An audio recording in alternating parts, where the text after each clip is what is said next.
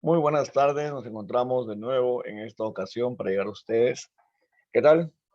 Quiero saludar efusivamente y con mucho cariño y entusiasmo a la primera persona que me dio la bienvenida en el salón.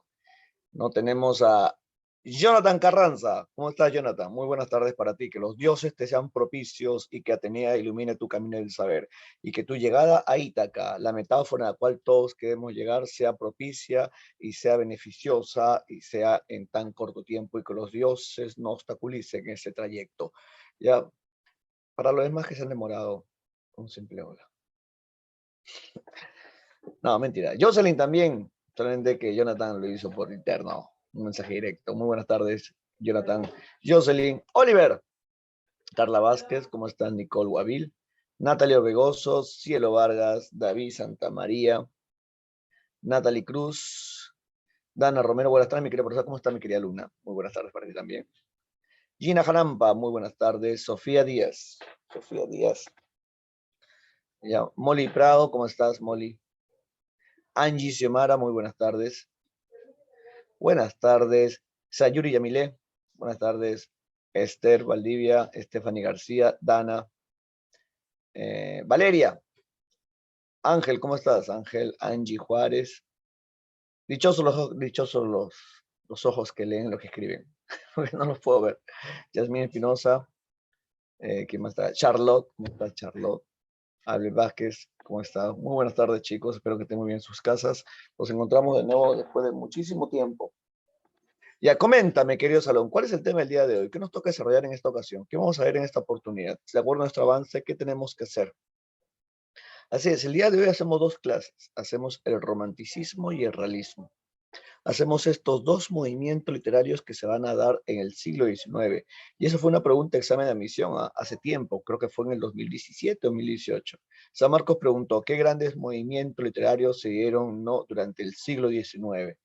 Y la respuesta era romanticismo y realismo, pero no son los únicos movimientos literarios, porque durante el siglo XIX va a darse también el modernismo, también se va a dar el simbolismo, el parnasianismo, pero ya, la pregunta no, estaba dirigida a qué grandes movimientos. Cuando dice grandes, entonces está haciendo referencia al romanticismo y el realismo, porque el simbolismo y el parnasianismo fueron pequeñas escuelas poéticas más que todo. Ya, bueno, el vanguardismo hacemos la próxima semana. El vanguardismo hacemos la próxima semana, Sayuri Yamile. Ya, sin más preámbulo, empezamos. Les he preparado un material muy simpático y muy bonito el día de hoy. Ahí está. Aquí está.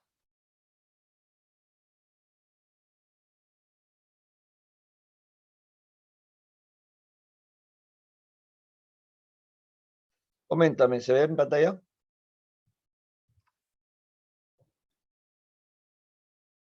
Sí, ya. Recuerda cualquier duda, incertidumbre, interrogante que haya con respecto al avance, me lo haces saber, ¿ya? Estoy muy atento al chat y también puedes activar tu audio, no hay ningún problema. Ya. No, ustedes no tienen para activar audio, ¿o sí? Sí pueden activar audio, creo, ¿no? ¿O está restringido?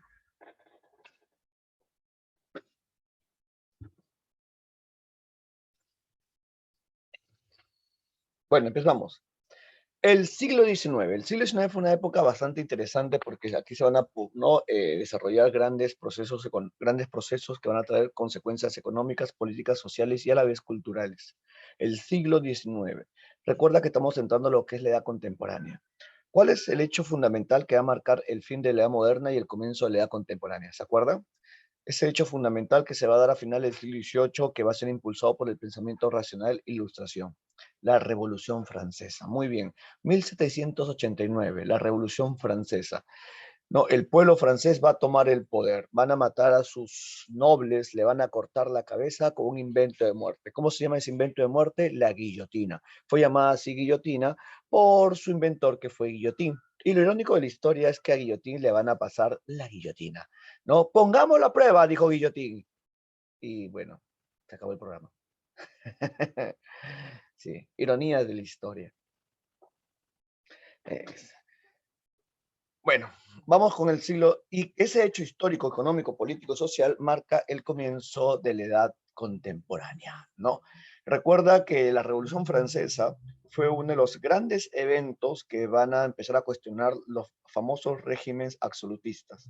Y poco a poco viene el advenimiento de las repúblicas. Empiezan a hacer una serie de, ¿no?, de movimientos revolucionarios, lo que se van a llamar las famosas revoluciones liberales, impulsado más que todo por la burguesía, es por eso que las revoluciones liberales también se le va a llamar revoluciones burguesas de la primera mitad del siglo XIX, que van a traer el advenimiento del poder de la burguesía y va a empezar a desplazar a la aristocracia, ¿no? Esa vieja aristocracia que tenía mucho poder, ¿no? Que tu profe de HU te habrá contado con mucho más detalle que yo.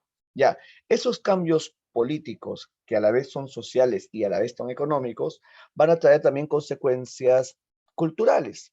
Porque en una época de entusiasmo, en una época donde se hablaba de libertad, esa libertad también va a tener no una proyección en el campo artístico, la libertad creativa. Y la libertad creativa, el genio creador, se va a ver en los románticos, los románticos. El romanticismo está muy emparentado, ¿no?, con estos, ¿no?, procesos que se van a dar durante la primera mitad del siglo XIX. Ricardo Cáceres, muy buenas tardes a todos. ¿Cómo estás, Ricardo Cáceres? Pueden entrar al aula. Creo que al fondo hay sitio, ¿sí? Al costado de mí, creo que hay una carpeta. ¿Sí? ¿Sí? ¿Es una carpeta? Ah, no, es Dana. Allá, más allá creo que hay otra carpeta. Sí, saca tu mochila, por favor. Ah, no, no, no, es Sayuri. Sí, ya. Puedes entrar. Si no hay silla, vete al otro salón, ¿ya? ¿Qué? Lo siento, Danita. Es que estás echada, pues, en la carpeta. Ya. Seguimos. No te me resientas. El romanticismo se va a dar durante estos periodos de entusiasmo, durante la primera mitad, muy tarde, dice Dan. Durante la primera mitad del siglo XIX iba a tener su mejor momento, perdón, el romanticismo va a tener sus antecedentes a finales del siglo XVIII y va a brillar en la primera mitad del siglo XIX. La pregunta es, ¿qué hace que el romanticismo brille? El gran trabajo de Víctor Hugo. Recuerda que Víctor Hugo fue conocido como el sumo pontífice de las letras francesas, y Víctor Hugo, en el prólogo de su obra Cromwell, presenta los postulados románticos. ¿Ya? Padre del humanismo, del modernismo, no. No. Víctor Hugo, el gran sumo pontífice de la letra francesa, Víctor Hugo, que va a influenciar en el modernismo, es cierto, porque Rubén Darío tuvo una fuerte influencia de Víctor Hugo, una admiración por Víctor Hugo, por los franceses, ¿ya? El famoso Víctor Hugo, sí, se podría decir que Rubén Darío bebió de las fuentes del romanticismo. Hay una influencia romántica en la obra modernista, pero no estamos hablando del modernismo. Ya, esta es la edad contemporánea. Fíjate, la edad contemporánea se va a iniciar en 1789 con la famosa Revolución Francesa, que va a marcar, ¿no?, el inicio del fin de las monarquías absolutistas, el cuestionamiento del poder absoluto de los reyes y el advenimiento de las repúblicas, es decir, la democracia que llega a los países y las monarquías empiezan ya a decaer, y también con ella el poder de la aristocracia. La burguesía empieza a ganar terreno. A ver, y aquí nos acompaña en la lectura, ya para que no se me resienta, Danita Romero. Dana, Buenas no te tardes, metas ahí. profesor. Buenas ¿Cómo estás, tardes. Dana? ¿No No estás estoy arreglada? muy tarde y estoy resentida, profe. Ya, Dana, está bien. Voy a comprar dos entradas para el cine, ya. Está bien, está bien. Ya, ya, ya. Ok, la edad contemporánea. Voy con mis hijas y te como la película. Ok, profe. La edad contemporánea es el nombre con el que se designa al periodo histórico comprendido entre la Declaración de Independencia de los Estados Unidos o la Revolución Francesa y la actualidad. Los acontecimientos de esta época se han visto marcados por transformaciones aceleradas en la economía, la sociedad y la tecnología que han merecido el nombre de la revolución industrial. Al tiempo que se destruía la sociedad preindustrial y se construyó una sociedad de clases presidida por una burguesía que contempló el declive de sus antagonistas tradicionales, los privilegiados, y el nacimiento y desarrollo de uno nuevo y el movimiento obrero, en nombre del cual se se plantearon distintas alternativas al capitalismo. Gracias. El siglo XIX, como lo que leyó Dana, ¿no? Es muy importante para poder entender nuestro siglo XXI. Recuerda que en este siglo XXI, ¿no? De nuevo, las ideologías, mi entrada propia. Ya, te lo voy a mandar. Ya. Recuerda que el siglo XIX fue una época en la cual van a aparecer los famosos movimientos obreros impulsados por la idea de Carlos Marx. ¿Se acuerdan que en 1848 aparece el Manifiesto Comunista? Los movimientos obreros van a ser impulsados por el comunismo, el anarquismo, el radicalismo que se va a dar en esta época. Sí, porque sucede que al desarrollarse la revolución industrial también viene consigo la masa obrera que va a trabajar en estas fábricas y los van a explotar, ¿no? Estos campesinos que salían, ¿no?, de sus terrenos agrícolas van a buscar mejores oportunidades en la ciudad y en la ciudad se van a convertir en el proletariado, más que todo en la segunda mitad del siglo XIX. El proletariado que va a no sufrir muchos abusos por parte del burgués, el burgués que ya tenía mucho poder y que haya desplazado a sus antiguos antagonistas, como leyó Dana. ¿Cuáles eran sus antiguos antagonistas? Los privilegiados, es decir, la aristocracia. ¿Ya? Esta es una época muy interesante, es una época en la cual se desarrollan categorías como el capitalismo, socialismo, comunismo, anarquismo y demás categorías que en este siglo XXI se están usando mucho. Mucha gente habla de comunismo sin entender lo que es el comunismo o la diferencia con el socialismo. Para poder entender esta época, para poder entender nuestra época, tenemos que entender el siglo XIX y ver cómo se desarrolla todo esto, ¿sí? Para evitar confundir socialismo con comunismo, ¿no? Capitalismo con neoliberalismo. ¿Ya? Eso tenemos que nosotros entender. ¿Ya? Así que cuando tu profe de HU llega a esa época, tienes que estar muy atento y preguntar bastante sobre esas categorías, porque también la literatura está vinculada con esta época. Algo interesante es que algunos teóricos también mencionan de que la edad contemporánea se inició con la Revolución Francesa, pero algunos mencionan de que fue antes, con la famosa independencia de las 13 colonias. Estamos hablando de independencia de Estados Unidos, pero cualquiera de los dos es válido, ya, porque se van a dar a finales del siglo XVIII y van a marcar, ¿no?, un cambio de perspectiva económica, política y social. Aquí podemos ver nuestra línea de tiempo. Fíjate. Nosotros, para hablar de la edad contemporánea, hacemos referencia a un año, 1789, lo que se conoce como la Revolución Francesa. ¿Qué significó la Revolución Francesa? Un ratito, ¿ya? Es que mi gato está que se come una bolsa. No sé qué tienen los gatos con la bolsa, se van masticando.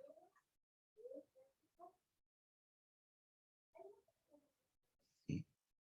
No tienen gatos, no mastican bolsas sus gatos. Mira, mi gata sí.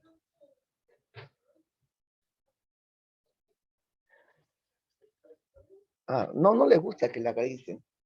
Tiene 14 años. A ver, un rato.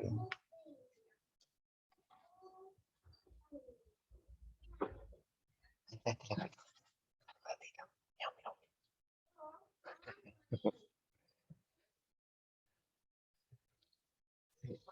Se llama Tita. Y mi gato se llama Tito. Y mi perro se llama Chicho. Sí, tengo un gusto por los nombres bisílabos. Me parecen muy graciosos los nombres de dos sílabas. Ya, por ejemplo, Dana.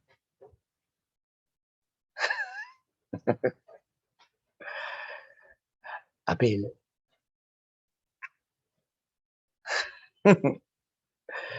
Ya. 1789 es la Revolución Francesa. Y la Revolución Francesa, ¿qué significó? Como puede ver en mi pantalla, una crisis del antiguo régimen. Cuando digo antiguo régimen, quiero decir las monarquías resolutistas. Empiezan a cuestionar eso. En este contexto de cambios, lo que se va a llamar las famosas revoluciones liberales que fueron impulsadas por la burguesía, es por eso que en tu libro también lo vas a encontrar como revoluciones burguesas. Ya, en ese contexto de entusiasmo y de rebeldía frente a lo establecido, en ese contexto aparece el romanticismo. Ahora entiendes por qué los románticos son rebeldes, los románticos son individualistas, los románticos hablan del genio creador, el romántico habla del culto al yo. Por este periodo, mira, es un periodo de cambios. Así que es consecuente y sintomático que se desarrolle el romanticismo. El arte no es ajeno a los procesos económicos, políticos y culturales que se dan en una época. Si nosotros entendemos HU, podemos entender tranquilamente literatura y también nos apoyamos un poco en filosofía. El siglo XIX es una época muy importante, donde también se empieza a cuestionar, ¿no?, el papel del racionalismo en el arte. Porque el siglo XVIII, el famoso siglo de las luces, donde la ilustración, el racionalismo, John Locke, ¿no?, las ideas de René Descartes se proyectaban, ¿no?, los artistas románticos reniegan de eso, porque el arte no puede estar cimentado simplemente en el pensamiento racional, y no podemos volver de nuevo a los clásicos. Ya estamos cansados de volver a los clásicos. Hay que hablar del genio creador, hay que hablar de la inspiración. Sí, de ahí viene esa idea, ¿no? Así es, Brigitte. La razón no resuelve todos los problemas. Así es, Brigitte. No, acá tenemos una alma romántica. ¿Sí? Es cierto, la razón que tantos bienes prometía no va a resolver todos los problemas del hombre. No importa que las obras sean menos perfectas, al menos van a ser sinceras emocionalmente. ¿Sí? Ya no hay que volver a los clásicos, porque recuerda que en el siglo XVIII se había dado el neoclasicismo, que era volver a los clásicos. No, nací en la época equivocada. Era volver al pensamiento grecolatino, sí, volver al pensamiento grecolatino, ¿no? En esta época, en el siglo XVIII. Y ellos no solamente, no solamente, profe, sí, nací en una época equivocada, por eso yo debía haber nacido en el siglo XIX y enfermarme de tuberculosis y después moría joven. Sí, porque en el siglo XIX no había vacunas. O te enfermabas de tuberculosis o te enfermabas de cualquier otra. Sí. No, en verdad, la peste del siglo XIX era la tuberculosis, ¿no? O si eso, si eres una vida libertina, ¿no? Era la sífilis, te morías loca. En el caso de las mujeres, ¿no? Bueno, en el hombre también. Eh, Vacuna Pfizer del siglo XIX. Ya, este es el marco histórico. A ver, aquí nos ayuda en la lectura Abel. Abel Vázquez, con una voz varonil, masculina, no que derrocha testosterona. Abel, por favor, acompáñanos con la lectura. Hola, ¿se me escucha? Hola Abel, ¿cómo estás? Sí, Ya, te escucha. ya.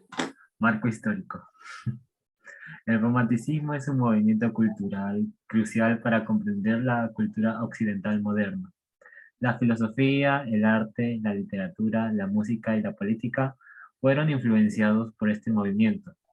Durante el turbulento periodo de tiempo que se extendió entre el periodo que se conoce como revoluciones burguesas, que en su definición política se conocen como revoluciones liberales. En este periodo, el mundo occidental se había sacudido por la revolución de las 13 colonias de Inglaterra en 1776, la Revolución Francesa en 1789 y por la primera revolución industrial que empezaba a cambiar la vida tradicionalmente agraria. Por lo tanto, los nuevos modos de vida se debían reflejar en nuevos modos de pensar.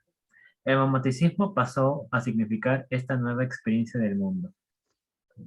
Sí, como leyó, no, Abel, no, también podría considerarse, o las 13, gracias a Abel, las 13 colonias de Inglaterra de 1776, o también podría considerarse la Revolución Francesa como los inicios de esta nueva época. Pero recuerda, esta nueva época también es impulsada no por la revolución industrial. Recuerda que la revolución industrial se dio a finales del siglo XVIII, en pleno contexto de cambios, la revolución industrial. Ustedes saben que la revolución industrial empezó en el campo textil y después Plum se prolongó a diferentes ámbitos, ¿no?, de producción, ¿no? La revolución industrial que va a cambiar todo lo que se conoce, ¿no?, en Europa y que va a tener consecuencias hasta nuestra época. Sí, este es muy, muy interesante, ¿ya? Y el caso peruano también es interesante porque según Mariátegui pasamos de un, ¿no?, de un semifeudalismo preindustrial a una época nueva. Sí, ese Mariátegui se pone a investigar todo esto y habla de cosas muy interesantes, ¿ah?, en los 7 ensayos. Bueno, este es el contexto, ¿no? Como te dije, la toma de la Bastilla. La toma de la Bastilla significó el triunfo del pensamiento ilustrado, el cuestionamiento de las monarquías absolutistas y la declaración del derecho del hombre y del ciudadano. ¿Te acuerdas cuáles son los tres principios básicos de la declaración y de la Revolución Francesa? Liberté, igualité, confraternité. Hablamos de igualdad, confraternidad, igualdad, confraternidad y libertad, ¿no? Los tres principios básicos de la Revolución Francesa. La primera revolución industrial, que como te dije, ¿no? Fue a finales del siglo XVIII y se dio en Gran Bretaña. Una serie de transformaciones se van a dar y va a tener su triunfo en la segunda mitad del siglo XIX. Y este cuadro, ¿alguien sabe cómo se llama este famoso cuadro? ¿Alguien sabe cómo se llama esta pintura que también significa el espíritu romántico? ¿Alguien sabe cómo se llama esta pintura? Esta pintura no fue bastante polémica en su época, pero ahora no es una pintura que refleja este espíritu, no de libertad del siglo XIX. ¿Alguien sabe cómo se llama? No, no se llama la Revolución Francesa. Alude a la Revolución Francesa, pero no es la Revolución Francesa. ¿Cómo se llama este cuadro? ¿Se acuerdan? La mujer libertad. Por ahí va. Por ahí va, por ahí va. ¿No? ¿En serio nadie? Es todavía una portada del disco El Coldplay. ¿No, nadie? ¿La libertad guiando al pueblo? Excelente, señorita, así se llama este cuadro, se llama La libertad guiando al pueblo, ¿sí? La libertad guiando al pueblo que le pertenece al artista francés Eugène Delacroix. Ya, mucha gente comete el error de decir que esta pintura alude a la Revolución Francesa de 1789. Ya, ese es un error. Esto es verdad que hace referencia a una Revolución Francesa, pero no la de finales del siglo XVIII, no la de 1789, sino la Revolución de 1830. Ya, hasta en el cuadro está, mira. Acá está, mira. ¿Puedes ver el cuadro? Acá está la fecha. 1830, una de las revoluciones liberales. Sí, la que fue llamada las Tres Gloriosas. Y la que está allí, ella es una mujer que tiene un nombre, se llama Mariam. No, ella es Mariam. Sí, Mariam. Y ella en su cabeza tiene un gorrito llamado el gorro frigio. El gorro. Profe, entonces he vivido engañado. No, bueno, Abel, no te lo quería decir, pero es verdad. No, sí es la Revolución Francesa, pero no es la de 1789, es otra Revolución Francesa, la que pertenece al grupo de las revoluciones liberales. Ya, la revolución de 1830, en la cual participó Eugène Delacroix. ¿Quién es Eugène Delacroix? El artista que hizo este cuadro. ¿Ya? La que está allí, ella es la metáfora de libertad. Su nombre es Mariam. En su cabeza lleva un gorrito llamado el gorro frigio, un gorrito que usaban los romanos libertos en la antigua Roma. Esta mujer, la de febrero, ¿cómo la de febrero? La Revolución Francesa, no, esta revolución también, ¿sabes cómo se llama también este cuadro? También se le conoce como 28 de julio. ¿Por qué? Porque las tres gloriosas aluden a los 3 días de revolución, 28, 29 y 30 de julio de 1830. Las tres gloriosas. Y lo interesante de este cuadro, que causó muchísima polémica, es uno, el desnudo de la mujer, otro, los cuerpos muertos que están en el piso. Puedes ver abajo, ¿no? Hay un muerto que está desnudo con el pantalón abajo y al costado y el cadáver de un soldado. ¿Ya? Otro que también causó polémica viene a ser, ¿no? Cómo es que se aleja del ideal de belleza femenino. Es una mujer un poco robusta y podemos ver también que en la axila tiene vello axilar. Y podemos también ver vello púbico del hombre que está en el piso. ¿Puedes observar? Ya, por eso causó polémica, porque se alejaba del ideal clásico de belleza. ¿Te acuerdas que el ideal de belleza clásico, el ideal de belleza, ¿no?, del siglo XVIII que tomaron de los autores grecorromanos, era un ideal de belleza armónico y equilibrado, sin muchos excesos? Y acá no. Los románticos son así, los románticos van a romper los modelos clásicos.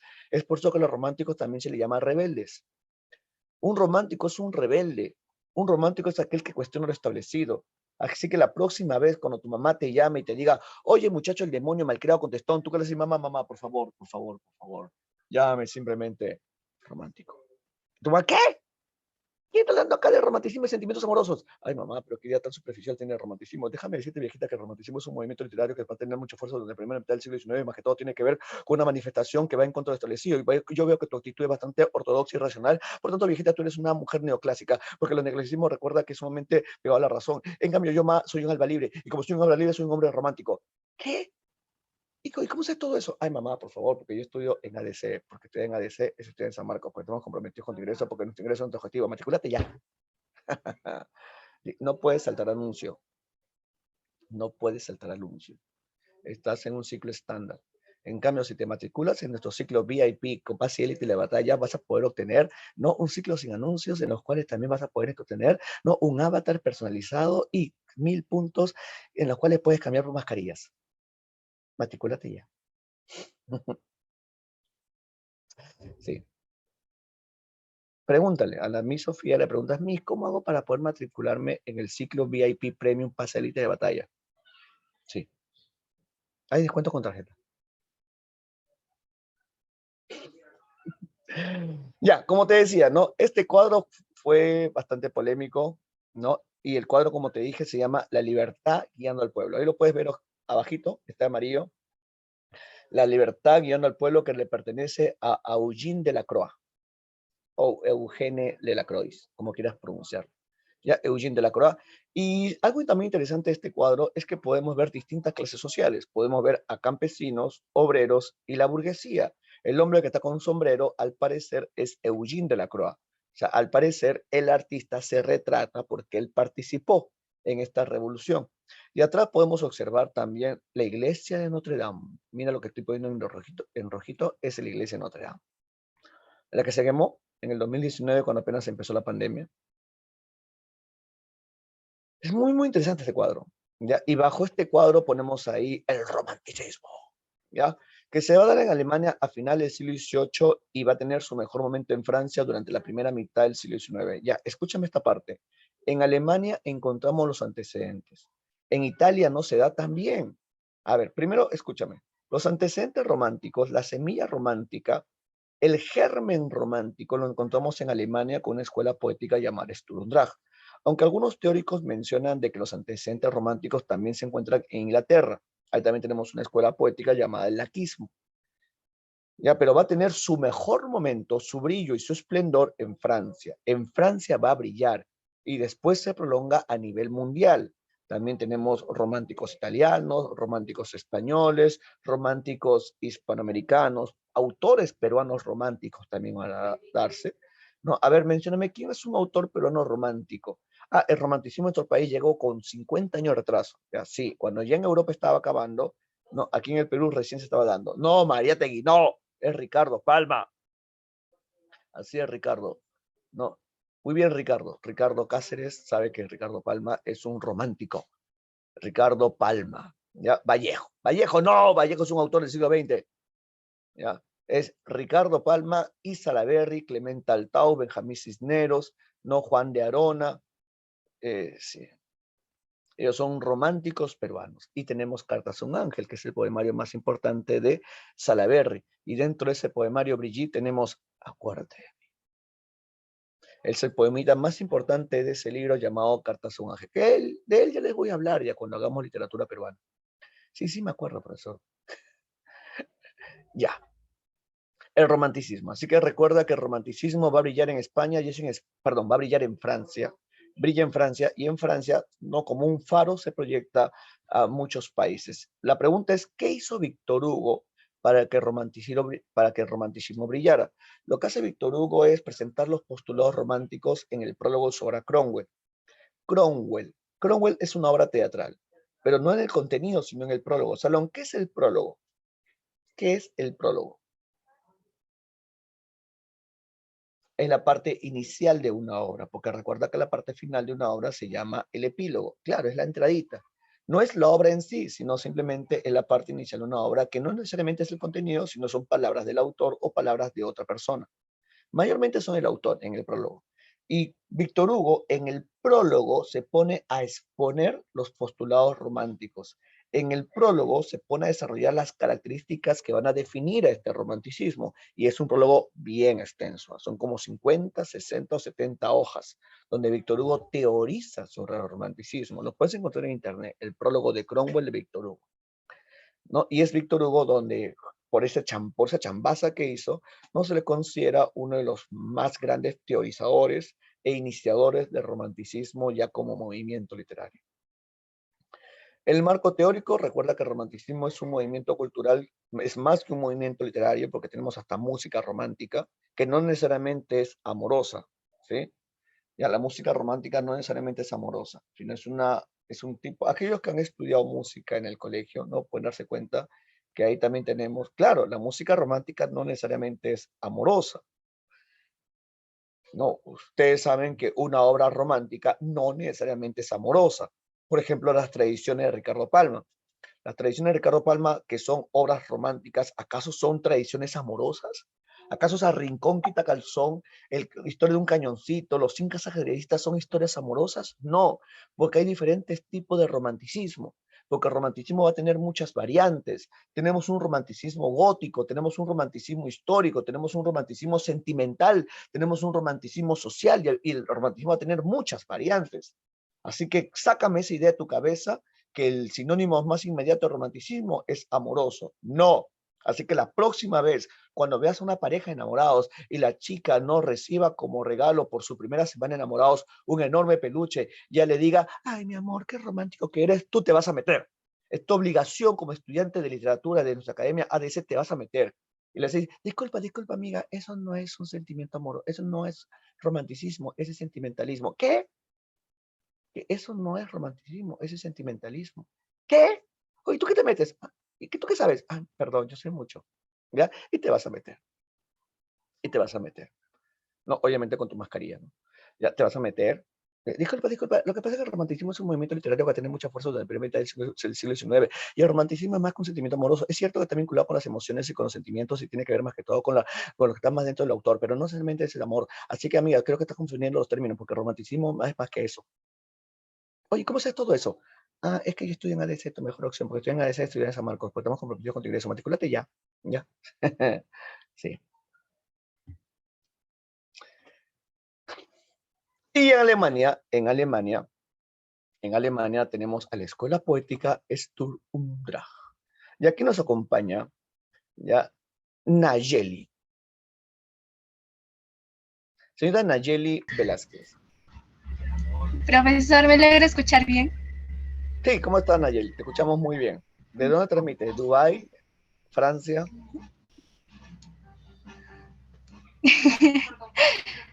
Ya, profesor. Se gesta el llamado preromanticismo dieciochesco. En Alemania, la escuela literaria Sturm und Drang, Tempestad e ímpetu, o Tormenta y pasión, cuyo líder era Goethe, el cual reacciona contra el racionalismo del neoclasicismo. La razón, que tantos bienes prometía, no había eliminado los problemas de los hombres. Estos no solo son razonables, poseen también sentimientos, emociones, fantasías y tienen derecho a expresarse. Y esto no puede hacerse con reglas y ataduras, sino con libertad. No importa que las obras sean menos perfectas y irregulares, si en cambio conmueven y emocionan. La libertad en el arte, pero también en la política, será la gran consigna romántica. Gracias, Nayeli. Un momento en el cual te quedaste callada. ¿Qué? Ya, algo interesante que le dio su compañera, que justo subrayé, es que a finales del siglo XVIII, en pleno auge del neoclasicismo, en plena época del racionalismo John Locke, en plena época del siglo de las luces, aparece Sturm und Drang. Sturm und Drang es una escuela poética que va a ser liderada por el alemán Goethe, o Goethe, como quieras llamarlo, ya, Goethe. Sturm und Drang es un grupo de jóvenes, así como ustedes. Era un grupo de jóvenes entusiastas que les gustaba mucho leer, y cuando leían se dieron cuenta de que no todo tenía que ser regido por la razón, ¿ya? Y ellos, por ese entusiasmo propio de la edad, van a empezar a cuestionar lo establecido. Y ellos van a decir, no importa que las obras sean menos perfectas, al menos son sinceras. y va a ser la libertad lo que los impulse. Hay una fuerte ansia de libertad y esas ansias de libertad hace que tengan una actitud rebelde porque van a estar en contra de lo establecido. ¿Y qué era lo establecido en el siglo XVIII? El arte neoclásico.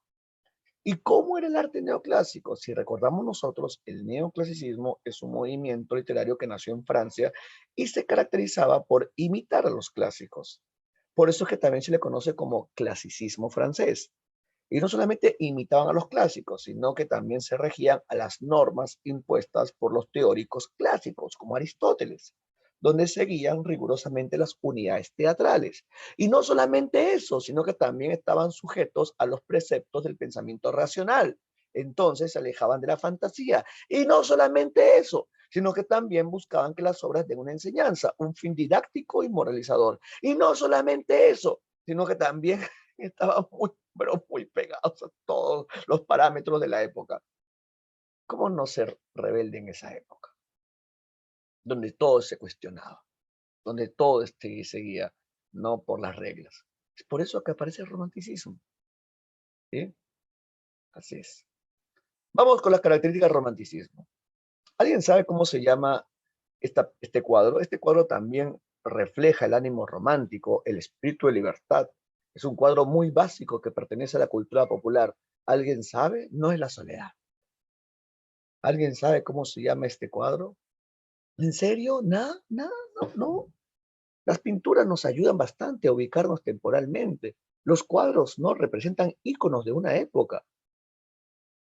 ¿Nadie? Ahorita lo googleo. Vista al mar, dice. No.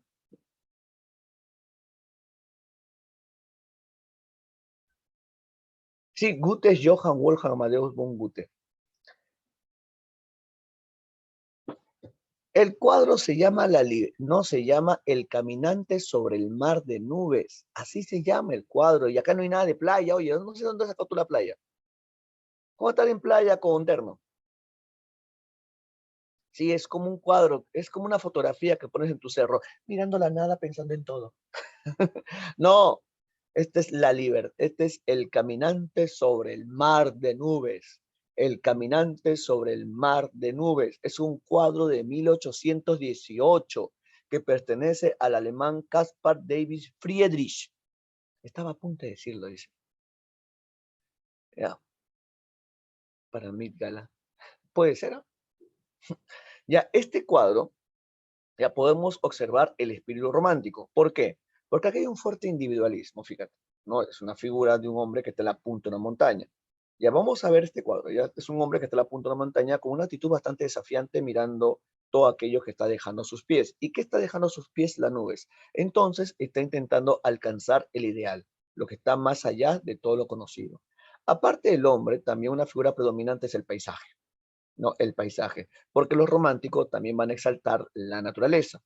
Recuerda que una característica del romanticismo es el fuerte individualismo, la subjetividad, el culto al yo, ¿no? La exaltación de la naturaleza y el paisaje. Y este cuadro tiene eso, ¿no? Claro, así que la próxima vez, ¿no? Vas a tomar este cuadro y lo vas a recrear en tu cerro, ¿sí?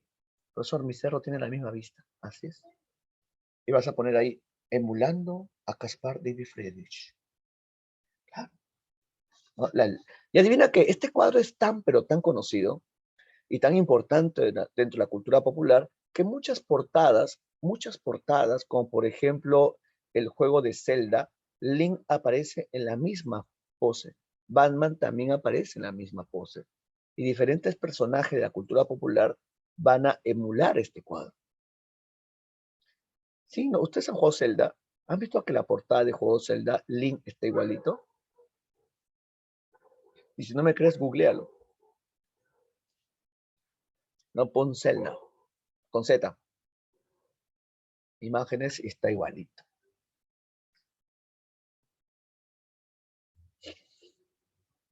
Vamos con las características. Soy emula pobre, pero tengo...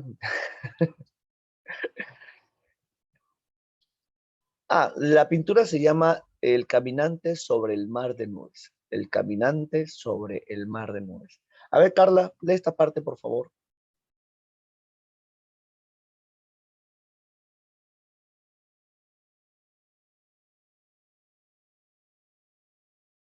Carla Vázquez.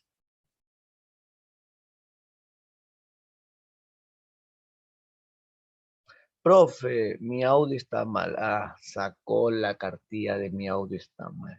Ya, así es. Profe, ¿qué me dice acá? Profe, nunca entendí cuando dicen despotismo ilustrado. Ah, ya. El despotismo ilustrado es una forma, a ver, recuerda que el siglo XVIII, ya, pero ese es un tema del siglo XVIII, ya, pero te lo explico.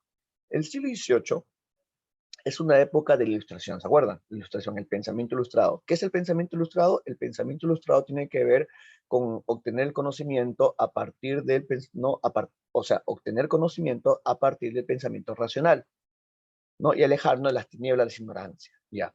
La ilustración va a tener tanta, pero tanta llegada que los reyes, o sea, las monarquías, no son ajenos a esta corriente ideológica. Así que los reyes van a asimilar la ilustración, pero lo van a poner en práctica a su manera. O sea, yo soy ilustrado y no voy a aplicar la ilustración en mi reino, pero a mi manera, como yo quiero. Todo para el pueblo, pero sin el pueblo. Ya, ese es despotismo ilustrado. Una actitud muy déspota, muy soberbia, no tomando los alcances de ilustración. Y eso fue uno de los motivos que llevó a la Revolución Francesa, ¿no? Sí. Ya. Seguimos. Entonces acá nos ayuda en la lectura, ya que no puede su compañera, Carlita, nos ayuda en la lectura. Esther Valdivia. Esther, acompáñanos, por favor. Buenas tardes. Ya, ¿Cómo estás? ¿Cómo estás, Esther? ¿Todo bien? sí. La Ya. conciencia del yo como entidad autónoma y frente a la universalidad de la razón diochesca, dotada de capacidades variables individuales como la fantasía y el sentimiento, la primacía del genio creador de un universo propio, el poeta como demiurgo, la valoración de lo diferente frente a lo común, lo que lleva a una fuerte tendencia nacionalista, el liberalismo frente al despotismo ilustrado. Gracias. Algo que le dio su compañera muy interesante es el marcado culto al yo, ¿no? Como se deja de lado el pensamiento racional del siglo XVIII, se va a tomar como primacía lo que yo siento, mis sentimientos, mis emociones expuestos, ¿no? En la hoja, o sea, en mi papel, en la obra que yo compongo. Ahora pienso un rato, si hay una primacía del yo, ¿qué tipo de narrador va a ser el que más van a usar los novelistas románticos? ¿Qué tipo de narrador?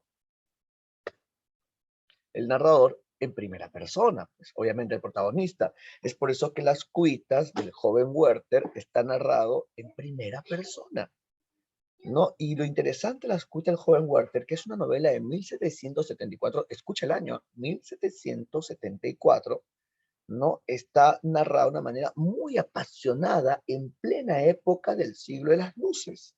Es por eso que la novela, ¡plum!, chocó tanto. Y va a ser de que muchos jóvenes entusiasmados por esta pasión que se está desarrollando, no tomen ese camino, no del suicidio como Werther, y hasta se va a prohibir en Alemania. Es como ahora, ¿no? Ahora los muchachos creen que con el Wattpad han descubierto, ¿no?, su cuerpo y temas, no, que nunca nadie lo había escrito. No, mentira. Todo lo que sale en Wattpad ya los autores lo han escrito, solamente que está narrado de una manera mucho más directa e inmediata. Sí. El erotismo, la sexualidad, la drogadicción, todo eso ya estaba en la literatura. Solamente que tú crees que has descubierto Roma. Pero está bien. Está bien. Así se empieza. No estoy en contra de Wattpad, al contrario, me entusiasma bastante porque estás leyendo. Estás leyendo. Y el leer te va a llevar después a los clásicos. Sí. Está bien.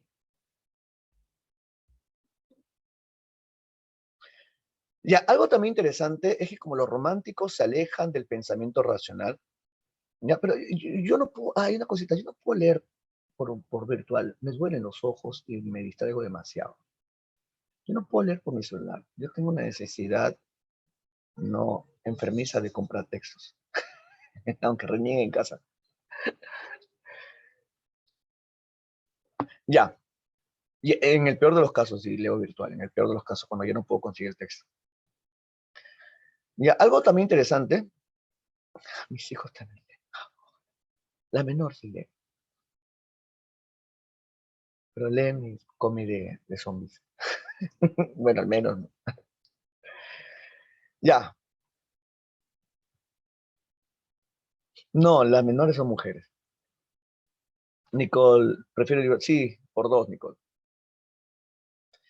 Ya, lo que les comentaba, como los románticos están en contra del pensamiento racional, entonces van a tener una atracción por lo sobrenatural. Sí, y como hay una atracción por lo sobrenatural, porque se oponen al racionalismo del siglo XVIII, van a tener una atracción por los fantasmas, apariciones, monstruos. Por eso que aparece la novela gótica, la novela de terror. Aparecen novelas como Frankenstein, de Mary Shelley. Aparece El vampiro, de John Polidori.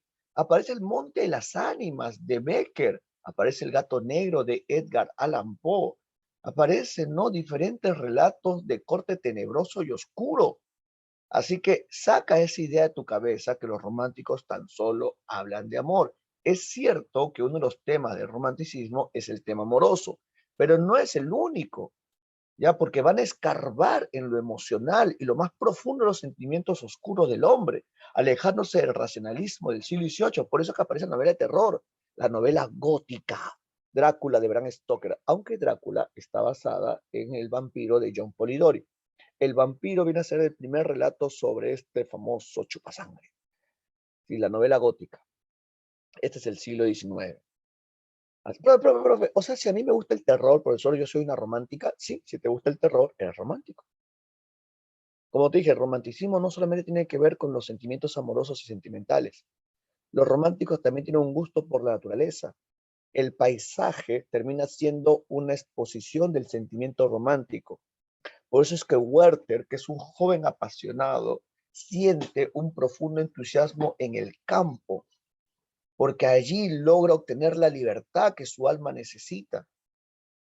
Y aparte que el paisaje también representa el estado de ánimo. ¿Por qué crees que Werther se dispara un 23 de diciembre?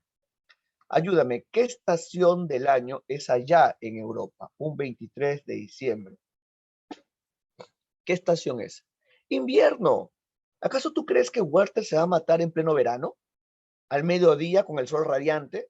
No, Werther necesita una estación que sea la proyección de su estado de ánimo.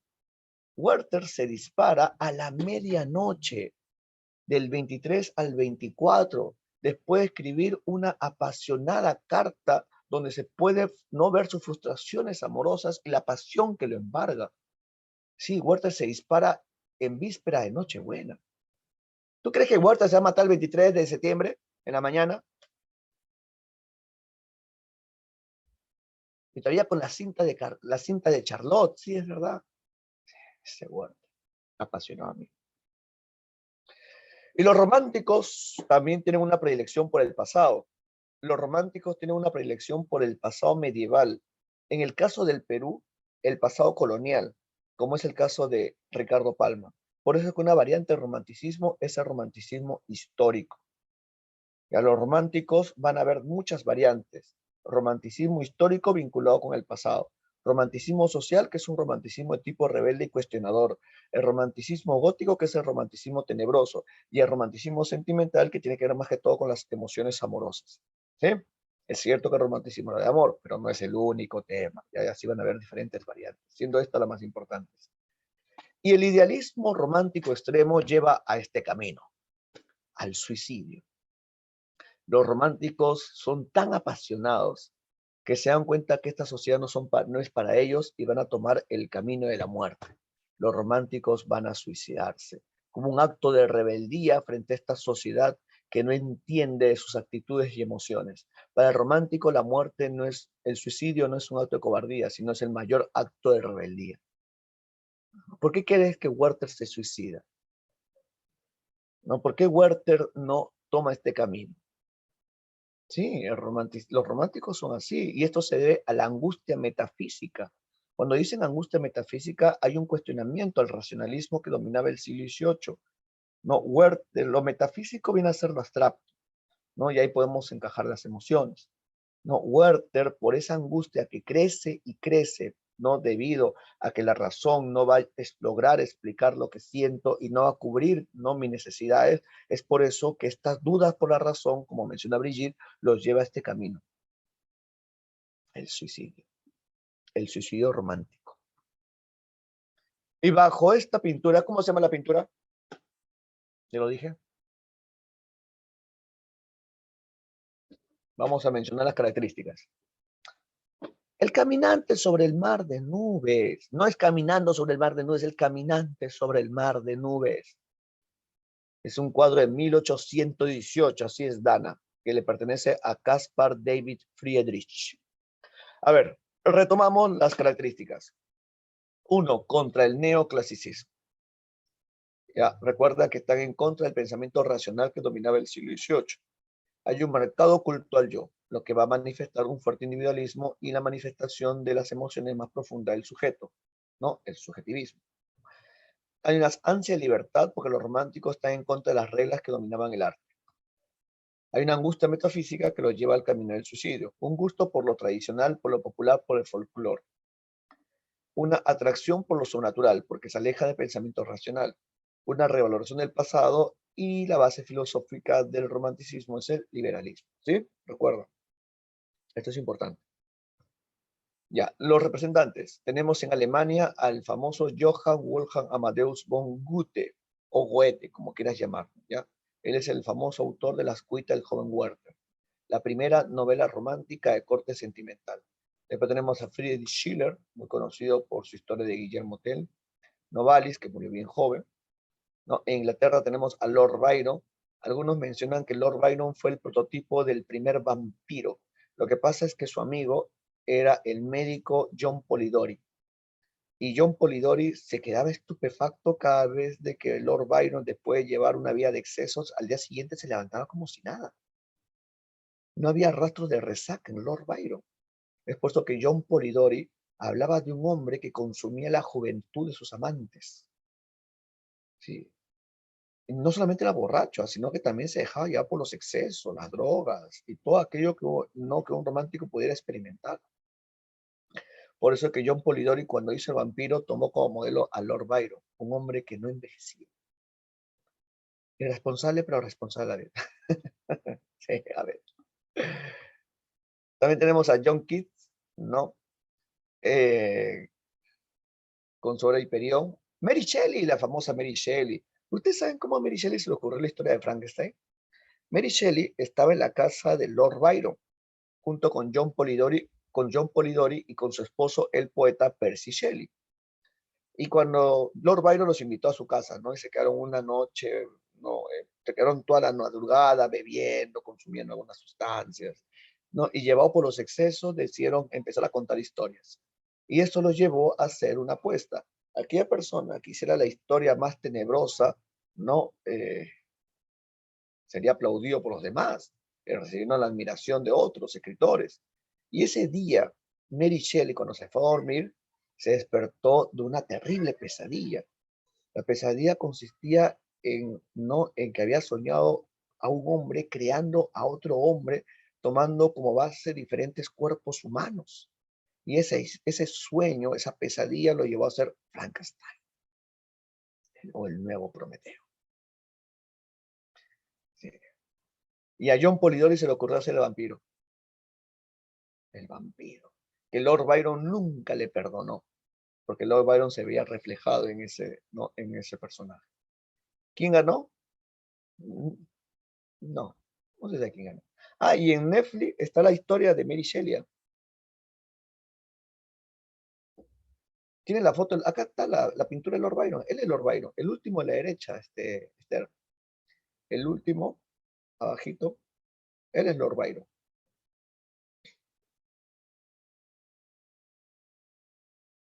¿Ya? Ay, sí, parece un vampiro. Tiene lo suyo, ¿no? Tiene lo suyo, guapetón. Ya, era Mary Shelley. Si tienes Netflix, en Netflix puedes ver la historia de Mary Shelley, aunque tiene su lado feminista, ¿no? Sí, ya le ponen ahí su cuota feminista en esa película, pero es simpática. Sí, porque en la película dicen, no, y ese monstruo era mi esposa. Recuerda que las películas son interpretaciones del director y el guionista. Si uno puede ya, ¿no? El director y el guionista pueden ponerle su filtro, su matiz. Es simpática la película. Nos ayuda a poder contextualizarnos. Después, en Francia tenemos al gran Victor Hugo. Recuerda que Victor Hugo va a ser conocido como el sumo pontífice de las letras francesas, siendo su novela más importante la gran novela de los miserables. La historia de Jean Valjean, que de muchas maneras va a buscar la redención. Y si no puedes si no puedes leer el libro, al menos mira la película. La película, la última adaptación, que es el musical, es increíble. Y el papel que hace Anne Hathaway de Fantine es fenomenal. Esa parte es muy desgarradora. Y tenemos a Alejandro Dumas, ¿no? Alejandro Dumas, muy conocido por su novela Los Tres Mosqueteros o El Conde de Montecristo. En Estados Unidos tenemos a Edgar Allan Poe, más conocido como el clínico del terror, que a los 40 años lo van a encontrar muerto en las calles de Baltimore, ahogado en su propio vómito. Algunos mencionan que sus últimas palabras fueron: Dios se apiade de mi pobre alma. Muy conocido por su poema El Cuento y por sus cuentos como El Gato Negro, El Corazón del Ator, El Pozo y el Péndulo, La hija Usher, que están dentro de un libro llamado Narraciones Extraordinarias. El maestro del relato de terror, el gran Edgar Allan Poe, y según Charles Baudelaire, el primer maldito de la literatura. Sí, Edgar Allan Poe. En España tenemos a José Espronceda y tenemos a Gustavo Adolfo Bécquer. De Bécquer ya te hablaré ya más adelante cuando toca hacer literatura española romántica, pero Bécquer también era un genio de la literatura. Vivió tan solo 34 años y nos dejó un gran legado, ya, el gran Gustavo Adolfo Bécquer. En esta ocasión vamos a hablar de este alemán, Johann Wolfgang Amadeus von Goethe, también conocido como el genio de Weimar, o también conocido como el último neoclásico y el primer romántico. ¿Por qué fue llamado el último neoclásico? Porque en sus obras podemos encontrar elementos de la literatura neoclásica. Podemos encontrar obras que aluden, ¿no?, a personajes de la mitología clásica. Por ejemplo, tiene un drama llamado Prometeo. Tiene una obra teatral llamada Ifigenia en Táuride. Ifigenia es la hija de Agamenón, que Eurípides había hecho una obra teatral llamada así, Ifigenia. También tiene obras como Elegías Romanas, ya el famoso Johann Wolfgang Amadeus von Goethe. Pero también tiene obras románticas como Las cuitas del joven Werther o Fausto, la historia del doctor Fausto, un hombre que buscaba la juventud y la inmortalidad. Por eso que fue llamado el último neoclásico y el primer romántico. En 1772, cuando él tenía tan solo 21 años, se enamoró perdidamente de esta mujer. Sí, en la biografía de Goethe se habla de que él a los 21 años se enamoró de Charlotte Buff, ¿no? Una dama muy bella, pero que lamentablemente ya estaba comprometida con su amigo Kessner. Esa relación frustrada, y aparte, en la vida real, en la vida real su amigo Kessner estaba comprometido con la mujer de la cual el autor se había enamorado. Y aparte que su amigo Israel tenía amores clandestinos con una mujer casada. Y cuando la mujer casada le prometió escaparse y después no rechazó su promesa, no, Israel, desesperado por la situación, se suicidó. Así que esa doble historia de amor frustrado y la muerte de su amigo Israel lo llevó a 2 años después presentar la novela Las cuitas del joven Werther, que es su primera novela romántica. No solamente la primera de él, sino a nivel mundial. O sea, es la primera novela que él hace, es la primera novela de corte romántica y a los 24 años obtiene la fama a nivel internacional. Por eso se dice que la obra presenta elementos autobiográficos, Las cuitas del joven Werther. Y aquí podemos ver, ¿no?, un cuadro que alude al autor.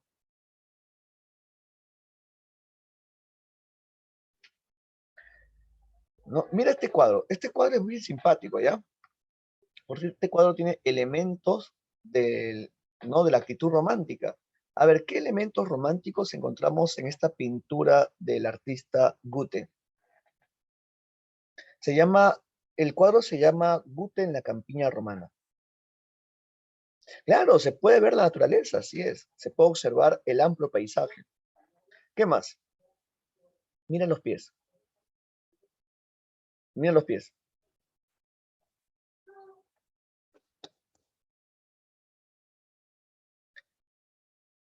No, mira los pies. ¿Qué hay los pies?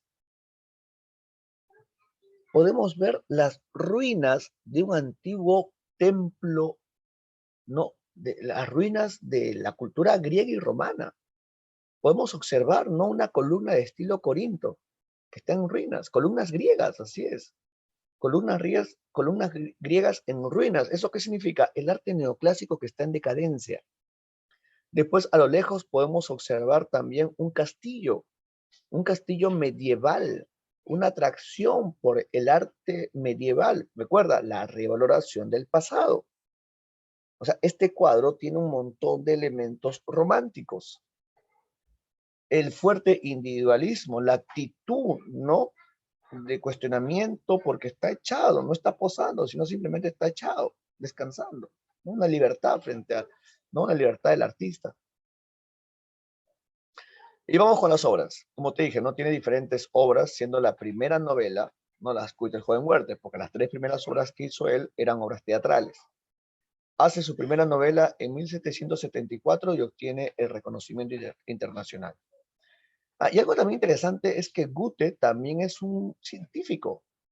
El autor, Goethe, el de las Cuita el joven Werther, también es un científico. Él tiene una obra, ¿no? Que se llama La teoría de los colores, donde cuestiona, ¿no? La teoría de Newton sobre la refracción de la luz, que lo puedes observar en física cuando hagan óptica. Sí, no sé si tu profe lo ha leído, genial, ¿no? Porque ahí te puede hablar un poco sobre estas, ¿no? Estas ideas de Goethe. Y su obra también importante es Fausto. Bueno, lo que nos interesa es Las cuitas del joven Werther. Las cuitas del joven Werther es una novela de 1774. Es la primera novela de este autor. Las cuitas del joven Werther. Elementos formales de esta obra. No, género épico narrativo, especie de novela, tiene una forma epistolar. Salón, ¿qué significa epistolar? ¿Por qué se dice que tiene forma epistolar? Porque son cartas, así es. La novela, lo que todos leemos son cartas. Son cartas que Werther le envía a quién. Son cartas que le envía a su pata Guillermo, ¿no?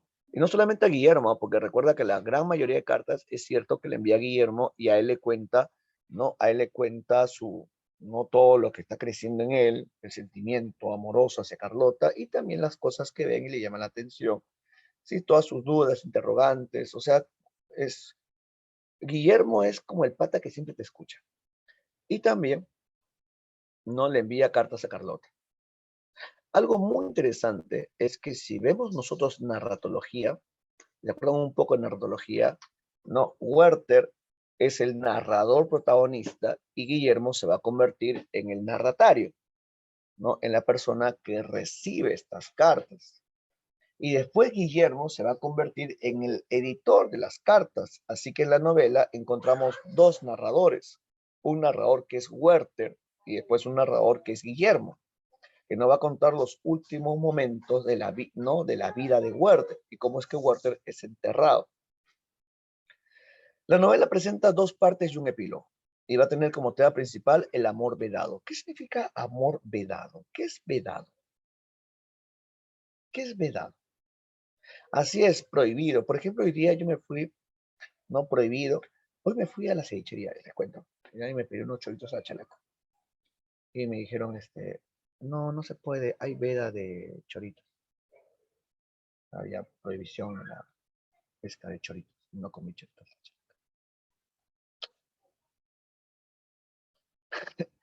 Amor vedado es amor prohibido.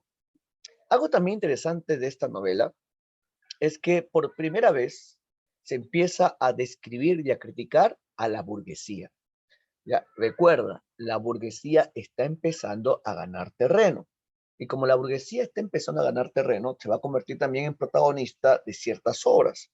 Por ejemplo, Werther. Werther es un joven burgués. Es un joven burgués que no es el prototipo del burgués ideal, que es Alberto. Porque Alberto es un hombre frío, irracional. En cambio, Werther es su contraparte, es emocional y apasionado. ¿Sí? Los dos son burgueses, y Werther critica a su propia clase social. ¿Sí? Hay momentos en la novela donde Werther no está de acuerdo con esta rutina y este temperamento tan seco de Alberto. Sí, eso llama la atención. Sí. ¿Ya? ¿Por qué? Como te dije, la burguesía antes no era protagonista. Antes los protagonistas eran la aristocracia, eran los personajes típicos de las obras. Pero poco a poco la burguesía empieza a tener tanta relevancia que se va a convertir no en protagonista, y en el realismo se produce la gran crítica a la burguesía. Porque si ustedes recuerdan, el siguiente movimiento aparece en la novela burguesa, donde se describe a los personajes típicos como Madame Bovary, Eugenia Grandet, Papa Goriot, son personajes de la burguesía.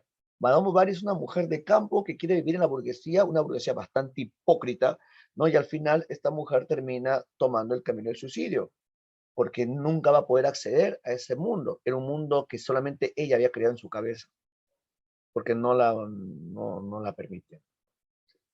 Le gustaba el dinero, si la pobre Madame Bovary. Pero más que el dinero le gustaba, ella quería acceder a ese mundo que ella había creado en su imaginación, producto de su afición de las novelas románticas. Pobre Madame Bovary, pobre Emma Roald. Ya aquí, spoiler, gracias, profe. Sí, al final se mata con veneno para ratas. Oye, ¿cómo te voy a spoilear una obra clásica? Las obras clásicas ya todo el mundo las conoce. Él es Werther, un muchacho apasionado que tan solo busca ser feliz. Sí, y su hija se va a construir. Un muchacho que buscaba hasta la libertad en la forma de vestir. Werther no se vestía como tradicionalmente no estaban los hombres de su época. Werther usaba pantalones amarillos, chaquetas azules, ¿no? Se alejaba de la actitud sobria, ¿no? De su época. A Werther le gustaba estos pantalones que usaban normalmente para montar caballo, pero a Werther le gustaba. Sí. Y su contraparte es el frío, ¿no? El frío Alberto. Un hombre bastante metódico y práctico, que consideraba que los sentimientos era una muestra de debilidad de los hombres. Pero lamentablemente Alberto tenía algo que Werther ansiaba: el compromiso, el amor de Carlota. Perfecta para. Bueno, los personajes: Werther, Carlota y Alberto. O le podemos usar el hipocorístico, ¿no? De Lot, Charlotte o Lot, ¿no? Como le decía Werther. Él es Werther. Y aquí nos ayuda la lectura Sayuri Yamile. Profesor, buenas tardes. ¿Cómo estás, Sayuri? ¿Puedes acompañarnos y leer la parte donde dice Werther? Ya, ok. Werther, narrador de buena parte de la novela, busca tranquilidad y naturaleza alejada de la ciudad y se enamora de Lot, que está comprometida con Albert, lo cual desencadenará el desenlace trágico. Es el protagonista que nos cuenta su historia a través de sus cartas. Sus pasiones y sentimientos son revelados de manera detallada. Fuerte subjetividad. Werther es un burgués que busca acomodado. Frente a él, Albert pertenece a una clase social ya acomodada. Joven apasionado que busca la felicidad. Proyecta sobre la naturaleza sus estados de ánimo, que van desde el entusiasmo al abatimiento. Critica algunos aspectos sociales y políticos de la sociedad alemana. Gracias, Sayuri. Gracias, profe. Ya, para la próxima, quítale pues la velocidad. Ya, está bien. Como leyó este Sayuri, él es un burgués. Un burgués a diferencia de Alberto, ¿no? Alberto es un frío burgués. La contraparte, ¿no? De Werther. Que los dos estaban, ¿no? Que tenían como vínculo a Charlotte o Carlota. Carlota era perfecta para amar. Carlota era una mujer tan bella, tan fresca, tan libre, no tan dedicada, que cuando Werther la conoce en una fiesta, ¿no? Werther se queda prendado de ella, no solamente por su belleza, sino también por su jovialidad y por su transparencia. Porque la primera vez que se ven, Carlota, que estaba con sus hermanos, trata amablemente a Werther y hasta presenta a sus hermanos como su tío. Eso hace de que Werther se enamore de ella. se enamore de ella, y lo mejor de todo es que tenían muchos vínculos en común. Tenían un montón de vínculos como el arte, la poesía, y cuando Carlota tocaba el piano, lo tocaba de una manera tan sublime que Werther le decía, por favor, Carlota, deja de tocar que voy a llorar. Sí, así era Werther, en verdad. Werther a veces daba cólera. Sí, en serio, en serio. Sí. Y Werther tenía el lazo de Carlota, un lazo que Carlota le había regalado en su cumpleaños. Y cuando Werther estaba solo, a veces cogía el lazo de Carlota y lo olía, y lo besaba. Y es como que tu amigo se consiga tu mascarilla y se ponga a oler tu mascarilla, ¿no? Sí. Diga, ¡ah! Y justo tenemos acá una Charlotte. Ya, sí, tenemos, oye, en verdad, tenemos a Charlotte, ¿no? Tenemos a Charlotte Castro. Imagínate, señorita Castro, tú un compañero tuyo llamado, no, Werther, huela tus mascarillas. No, imagínate que Oliver huela tus mascarillas. Un supuesto. Obviamente que no es así. Sí.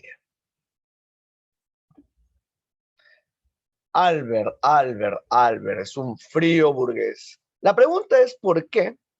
No, qué feo, cómo se peina. Ya, un ratito, por favor, un ratito.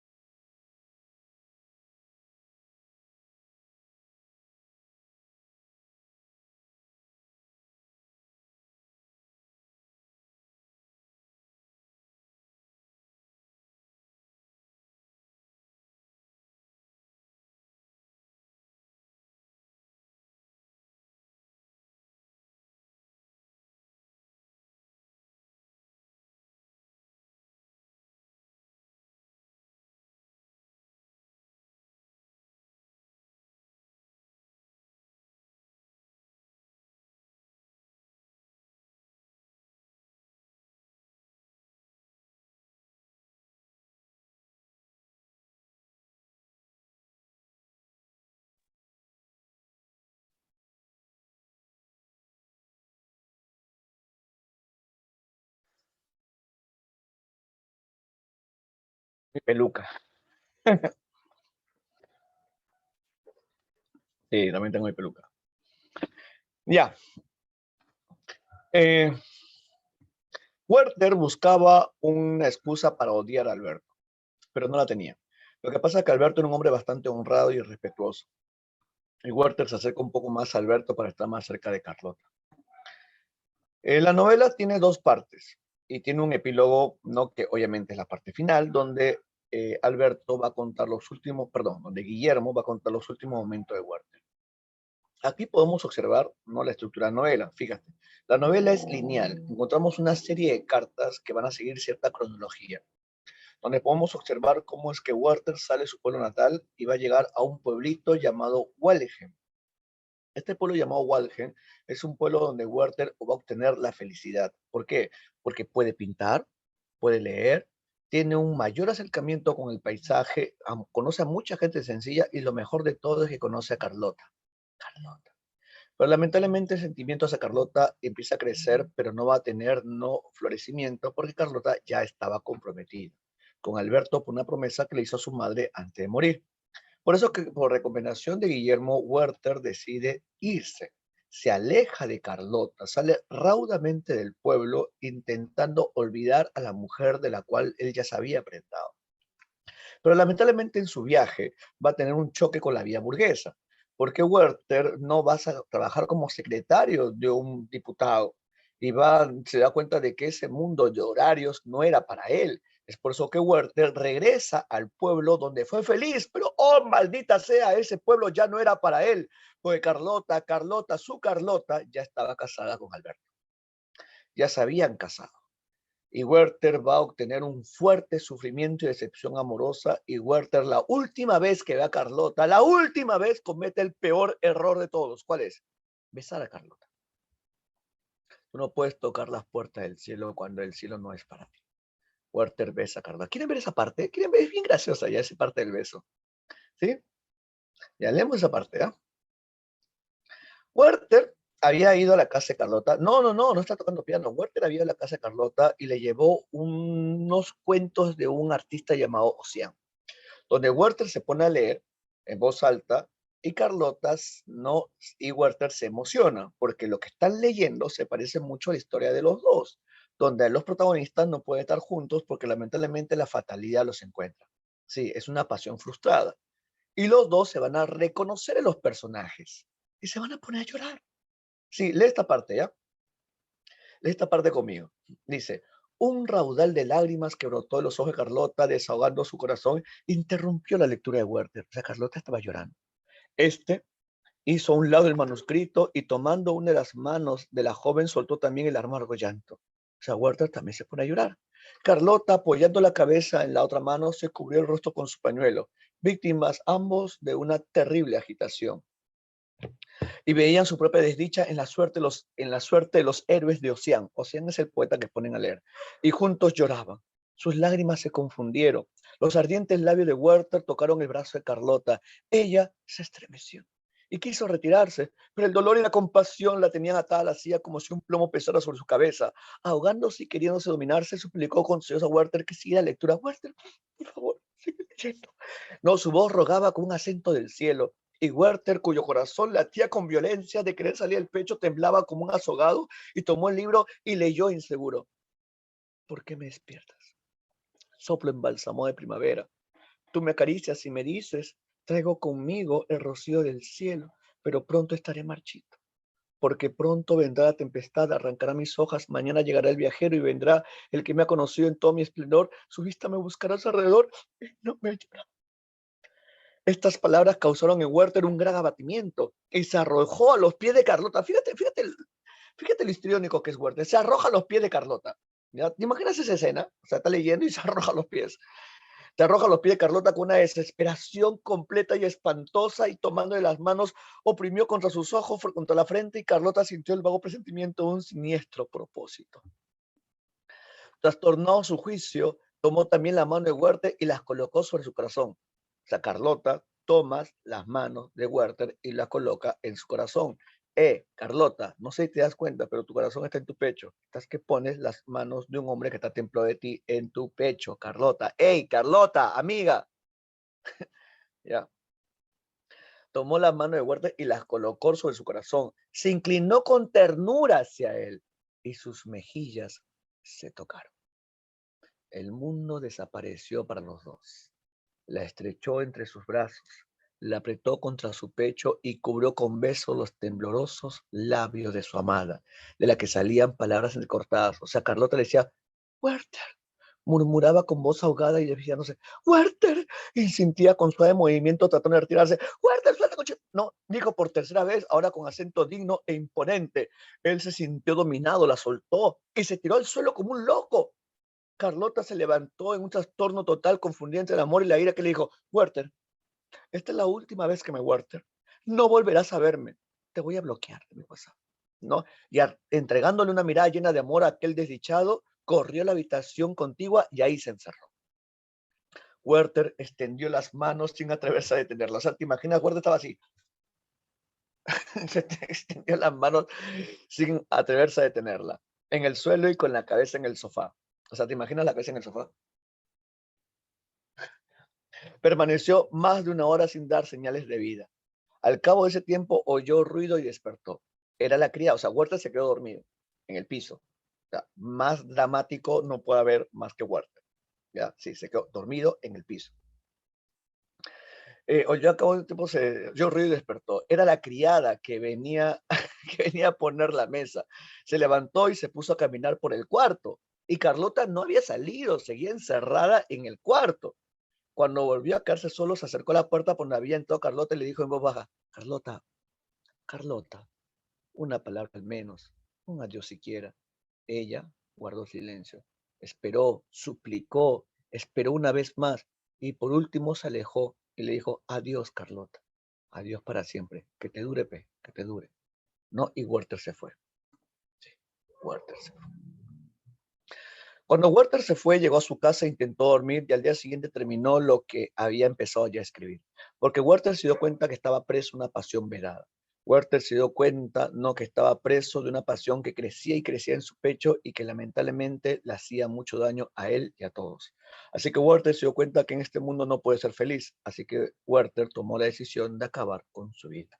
Porque la única forma de poder salir de este triángulo amoroso es que alguien muera.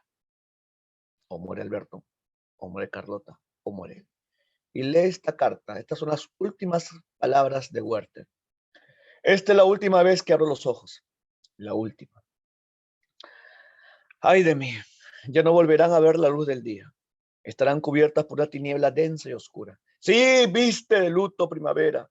Tu hijo, tu amigo, tu amante, se acerca a su término.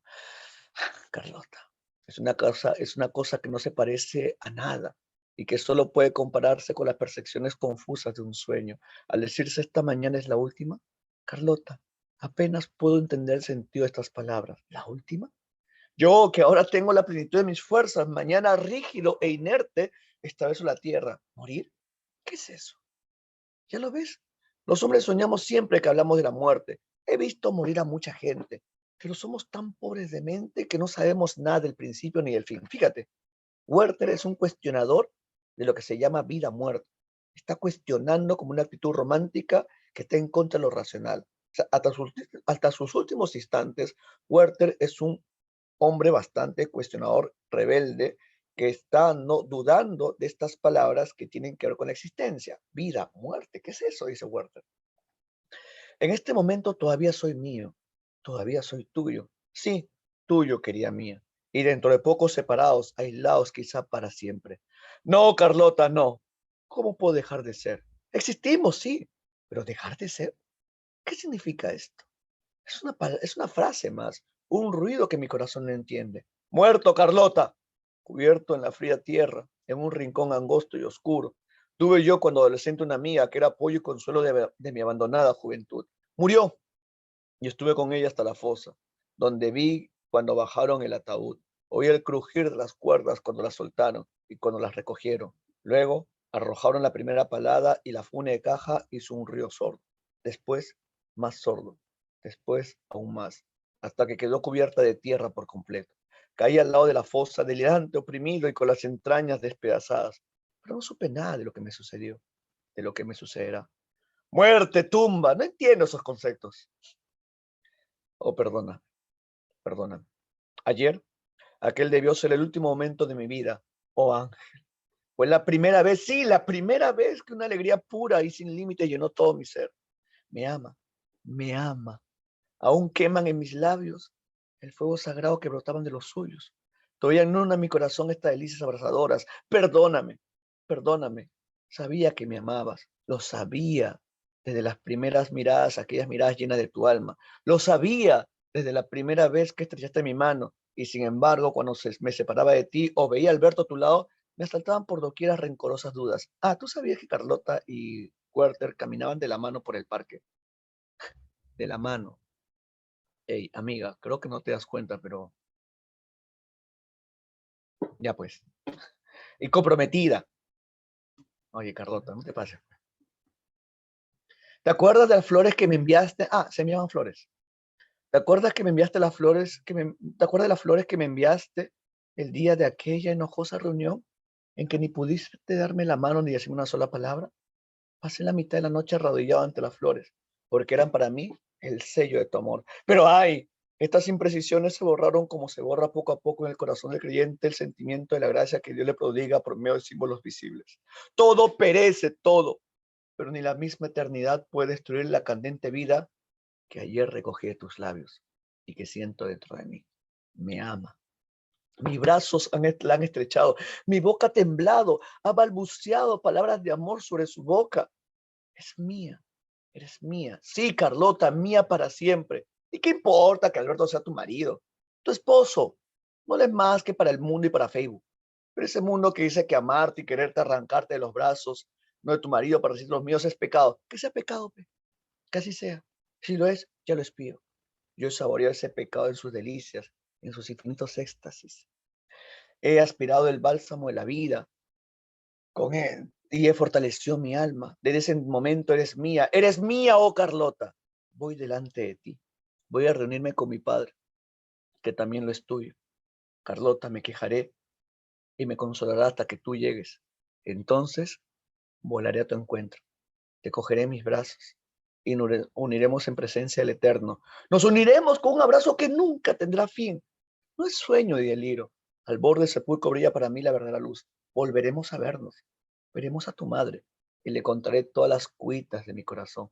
Tu madre, tu perfecta imagen. Fíjate que para Werther, la muerte es un acto de rebeldía, porque en este mundo no puedo estar contigo, en el otro mundo estaremos juntos para siempre.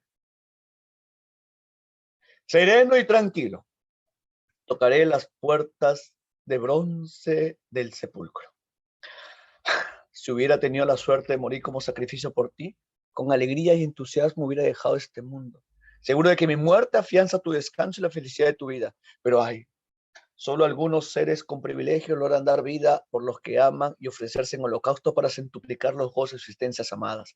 Carlota, deseo que me entierren con el vestido que tengo puesto, pues tú las bendecido al tocarlo.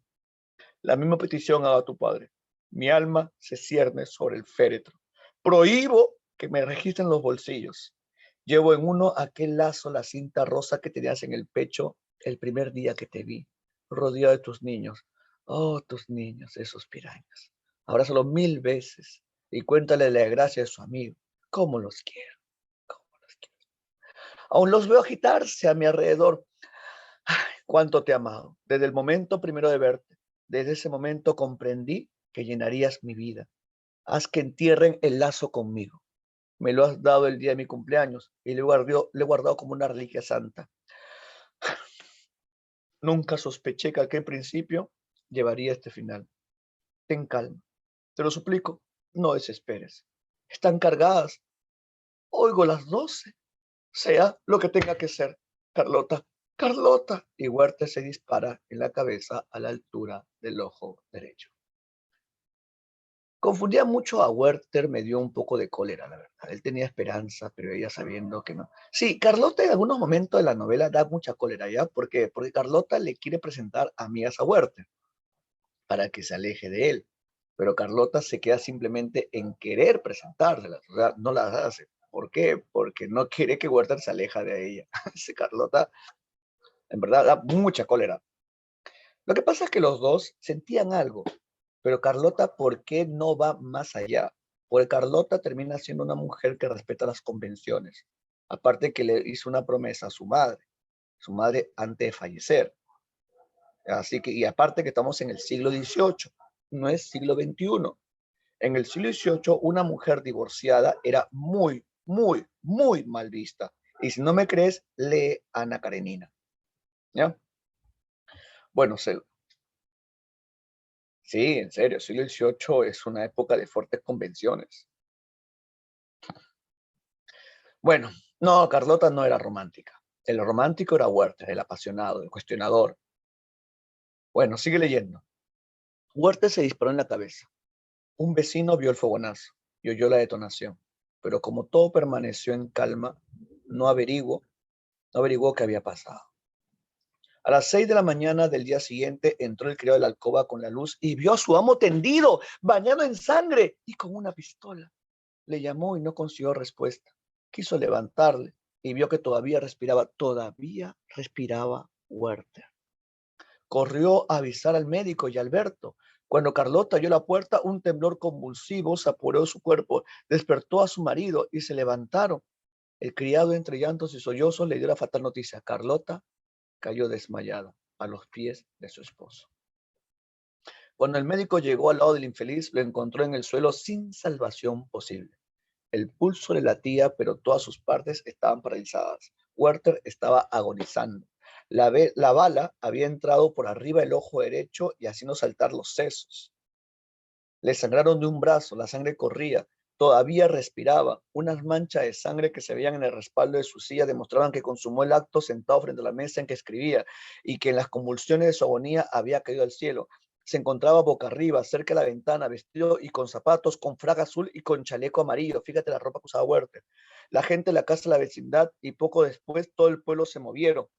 Llegó Alberto, habían colocado a Werther en su lecho con la cabeza vendada, su rostro tenía ya el sello de la muerte. No se movía, pero sus pulmones funcionaban aún de un modo espantoso, unas veces casi de forma imperceptible, otras con ruidosa violencia. Se esperaba que en cualquier momento exhalara el último suspiro.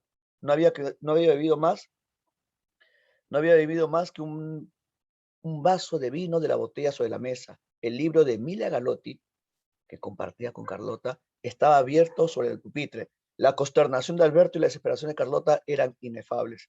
El anciano administrador llegó alterado y conmovido. Abrazó al moribundo, bañándole el rostro con su llanto. Sus hijos mayores no tardaron en unírsele y se arrodillaron junto al lecho, besando las manos y la boca del herido, y demostrando estar poseídos del más intenso dolor. El de más edad, que había sido siempre el favorito de Werther, se colgó del cuello de su amigo y permaneció abrazado hasta que expiró. Hubo que quitarlo a la fuerza. A las 12 del día, Werther falleció. La presencia del administrador y las medidas que tomó evitaron todo desorden. Hizo enterrar el cadáver por la noche, a las 11, en el sitio que había pedido Werther. El anciano y sus hijos fueron tomados por parte del cortejo fúnebre. Alberto no tuvo tanto valor. Durante algún tiempo se temió por la vida de Carlota. Los jornaleros condujeron a Werther al lugar de la sepultura y no le acompañó sacerdote alguno. Y así acaba la triste historia de Werther. Werther fue enterrado al lado del camino, donde había pedido. No fue enterrado en Tierra Santa, uno, porque cometió pecado, se suicidó, porque recuerda que ni siquiera hubo un sacerdote que ofició su misa. Werther no quería ser enterrado en el cementerio. Werther quería ser enterrado en el lugar donde pasaba tantas horas, al lado del camino. Y si algún hombre escuchara su historia, derramara unas lágrimas, o si algún cura pasara por allí, le diera su bendición. La triste historia de Werther. Un muchacho muy apasionado que tan solo quería la felicidad. Solamente quería la felicidad. Y la cinta fue enterrada con él, no de acuerdo a la petición que hizo. Pobre Werther. Pobre Werther. No. Esta novela, cuando apareció, provocó una ola de suicidios, ¿sabes? Porque, ojo, es una novela de hace 200 años. 200 años. Profe, ay, qué exagerados, qué exagerados. ¿Cómo terminaste cuando finalizó tu novela Boulevard? ¿Cómo terminaste cuando acabaste las 13 razones?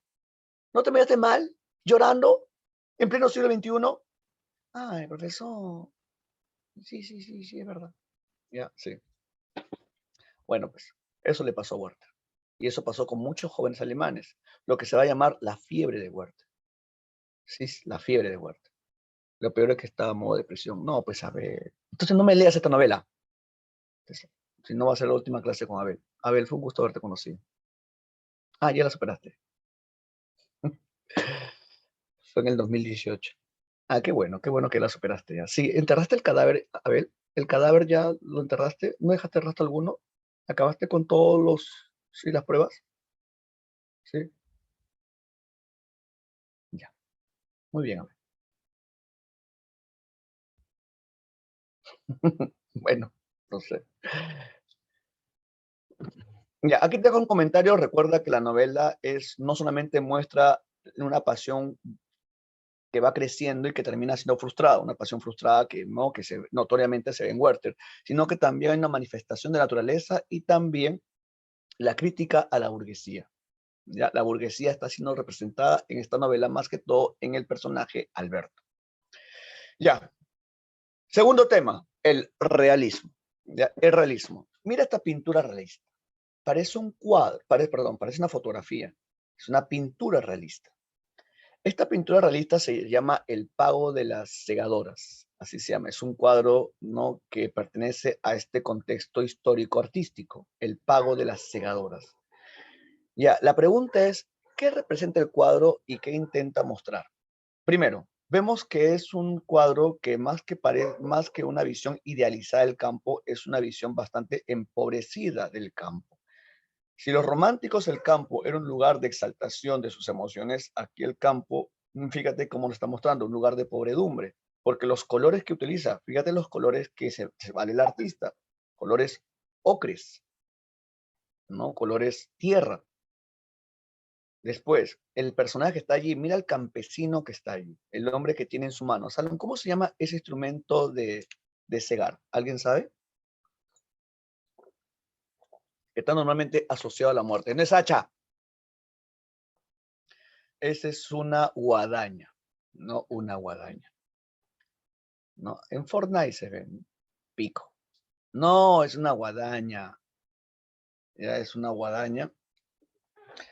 ¿Qué es eso? Es una guadaña. Ya, la guadaña. Quiero que veas los brazos del hombre. Mira la fortaleza física. Ahora mira su rostro, un rostro envejecido. Es como que no haya coincidencia entre los brazos de este hombre y el rostro que presenta. ¿Ya? Después, podemos ver a la mujer. Fíjate la mujer. La mujer tiene un bebé en sus brazos y en vez de que ella mire amorosamente al bebé, ella está más preocupada por el dinero que puede obtener debido a, no, a la venta del trigo o de la cebada que está en el piso. ¿Ya? Este es muy interesante, ¿ya? Este es un cuadro que hace una crítica de tipo social, que nos presenta una visión muy opuesta a la exaltación romántica de la naturaleza. ¿Ya? Este afán descriptivo y de crítica es propio del realismo. El realismo que van a hacer en Francia en la segunda mitad del siglo XIX. Como te dije, este cuadro se llama El pago de las segadoras, que le pertenece a L. L'Hermitant, de 1882. No, la segunda mitad del siglo XIX. Vamos a sacar la línea de tiempo. ¿Qué pasó en el siglo XIX? Recuerda que el siglo XIX es la época del triunfo de la segunda revolución industrial. La máquina ya se presenta en el ambiente de producción. Es también la época del desarrollo de los movimientos obreros. Lo que pasa es que la gente del campo, cuya situación se ve desventajada frente a la presencia de la máquina, la gente del campo migra a la ciudad. Y cuando migra a la ciudad va a buscar no diferentes ofertas laborales. Se van a aprovechar de ellos, van a trabajar 10, 12, 13, 14 horas al día y le pagan la mitad o un poquito más de la mitad. Y si te enfermabas, ya fuiste. Si te enfermabas, si el patrón te botaba, ya fuiste. Aquí no habían derechos laborales. Y habían barrios donde se les ponía a todos los trabajadores, los famosos barrios obreros, donde vivían de manera hacinada. Y los niños también trabajaban. No habían leyes que van a empezar a restringir la labor infantil. Es por eso que van a haber diferentes movimientos obreros impulsados por el pensamiento comunista, anarquista, radical y mucho más, donde se va a buscar no mejoras para el trabajador. Las famosas jornadas de 8 horas, ¿cómo se va a ganar? No se ganó de un día para otro, fue mucha lucha, muchas huelgas, no muchos enfrentamientos con el patrón. ¿Por qué? Porque se buscaba mejorar la situación del trabajador. Y en este contexto de fuertes movimientos económicos, políticos, sociales, aparece el realismo. Ahora entiendes que el realismo surge a consecuencia de los eventos económicos, políticos, sociales. Claro, le dicen, despierta, tonto romántico. Está bien soñar, pero no vas a mantenerte en tu sueño. Está bien, ¿no?, tener un ideal, pero no te vas a alejar del entorno. Tienes que ser consciente de las cosas que pasan. El amor ya no es el tema principal, que se convierte en el tema secundario, porque el tema principal es lo que sucede a nuestro alrededor. La novela tiene que ser un objeto que sirva para poder hacer una crítica a esta burguesía que nos impone ciertos valores, pero que no la cumple. Una burguesía hipócrita, que se va a develar en las novelas como la de Flaubert, Balzac, Stendhal, ¿no? La crítica a la burguesía. Ya, esto es muy, muy interesante lo que pasa en la segunda mitad del siglo XIX. ¿Ya? Un ratito, disculpe.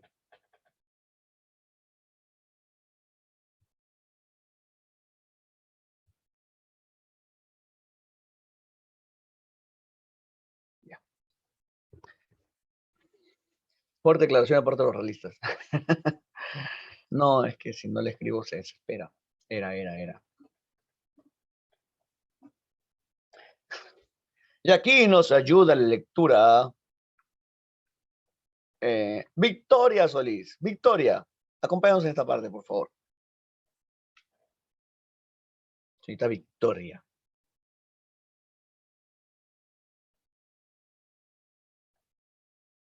Victoria Solís.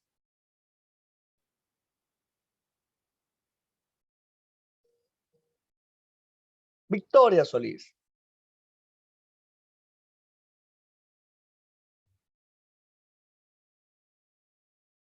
Victoria Solís.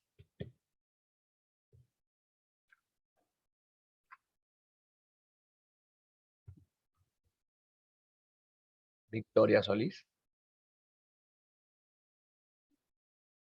Dice que no tiene micrófono. Ah, ya, no tiene micrófono. Ya, tú que tienes micrófono, lee esta parte.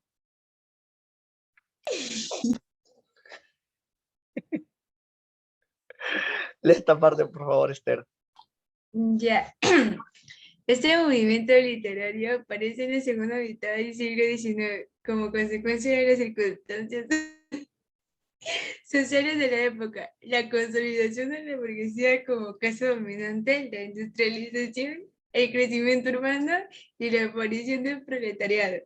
Es un movimiento cultural que se da principalmente durante la segunda mitad del siglo XIX en toda Europa.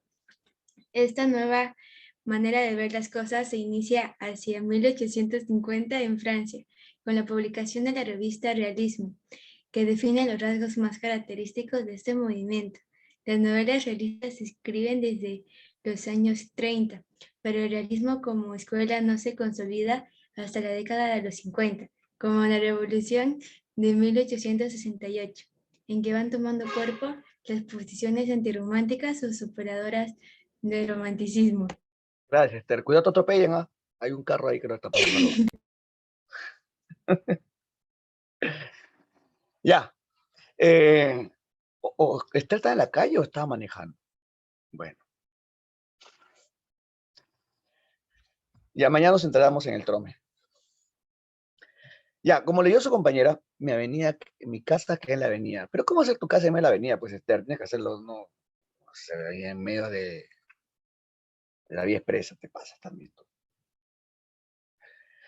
Ya. En plena pista, ¿no? ¿Cómo hacer su casa en plena pista, Esther? Te pasas también. Si hay gente que toldea la avenida, pero Esther no toldea, sino vive allí.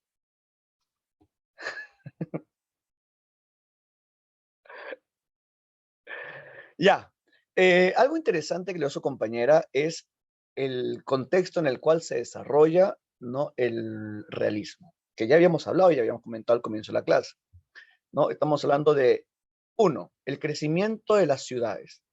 ¿Por qué se da este crecimiento de las ciudades? Recuerda que el campo no puede competir hasta este avance de las máquinas que se van a ganar terreno.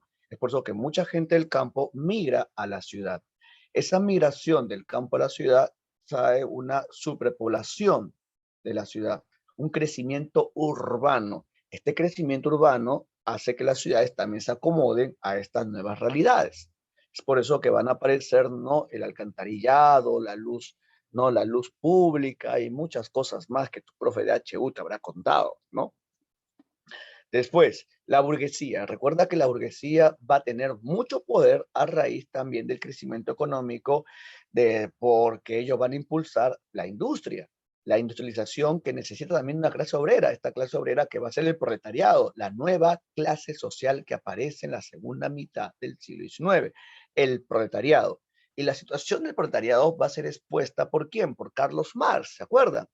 Él va a utilizar estas categorías. Es Carlos Marx el que va a llamar proletariado y el exceso de trabajo no remunerado. ¿Cómo se va a llamar ese exceso de trabajo no remunerado? Esa categoría que utiliza Carlos Marx, la plusvalía, ¿no? La plusvalía. Y todas estas ideas van a traer consigo diferentes movimientos obreros para mejorar la situación del trabajador. Esta es una pintura. Mira la pintura. ¿Cómo se llama la pintura? Se llama La Huelga. Y mira el año de la pintura, 1886, que le pertenece al alemán Robert Kuller.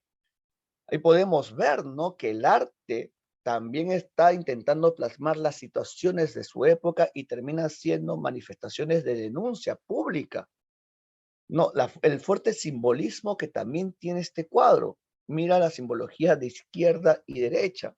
La cantidad, ¿no?, donde vemos ahí el burgués acomodado, que a pesar de que es solamente una o dos personas, está haciéndole cara a una enorme cantidad de personas que están sobrecogidas por la pobreza. Y mira la diferencia también de viviendas, cómo es que está el burgués y cómo está el trabajador. Después tenemos la revolución del 48, que va a ser una revolución que va a marcar también todo un hito, la consolidación de la burguesía, que ya tu profe de HU te va a contar con mucho más detalle que yo. Así que en este contexto aparece el realismo. El realismo se va a iniciar en Francia. Francia va a ser la cuna de este movimiento y es en Francia donde se van a definir sus características y surge en contra del romanticismo. Lo que pasa es que el romanticismo es un movimiento de fuerte entusiasmo y rebeldía. Lo malo del romanticismo es que esa rebeldía los lleva a alejarse de la realidad en la cual se encuentran y quedarse más que todo en el ideal. El romántico está anclado en cómo debería ser el mundo. Por tanto, presenta un arte muy evasivo. ¿Cómo va a ser tu arte muy evasivo cuando hay una situación muy crítica? Hay niños que trabajan, ¿no?, y que se mueren de hambre en las calles. Hay mujeres que tienen que prostituirse para poder ayudar a su familia. Hay familias enteras que mueren de tuberculosis. ¿Cómo vas a tú estar, no, viviendo en el ideal y hablando de ti cuando tienes que hablar de un nosotros? Se deja de lado el individualismo y se habla más que todo de un colectivismo. Se deja de lado el narrador protagonista y se utiliza un narrador omnisciente que va a describir todo. Y no solamente lo describe, sino que analiza la situación y analiza también a los personajes. Y como analiza los personajes, trae consigo el desarrollo de la novela psicológica. La novela psicológica que va a tomar el análisis propio de qué? Del positivismo. Porque recuerda que el siglo XIX también es el desarrollo del positivismo. El positivismo, que es una doctrina filosófica que se va a convertir en la base del realismo. No cometas el error de decir, profesor, el positivismo es cuando una persona piensa positivo. Sí, no, no, no. ¿Qué no? No, no, no sea como Pedro Suárez Vértiz. Ya, no. Aunque parezca broma, es anécdota.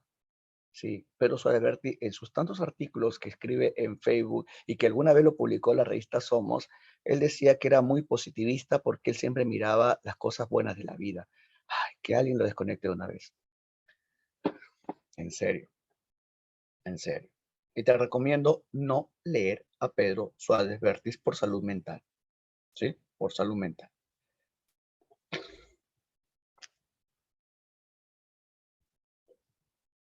Solamente escúchalo nomás. Sí lo leí. Justo fue una de las últimas cosas que leí. Bueno. Sí, el último sobre Marilyn Monroe. Ese Pedro Suárez Vértiz. Es tan gracioso de vez en cuando. Bueno, no sé si Pedro Suárez Vértiz en verdad existe o es un algoritmo de Facebook. Bueno.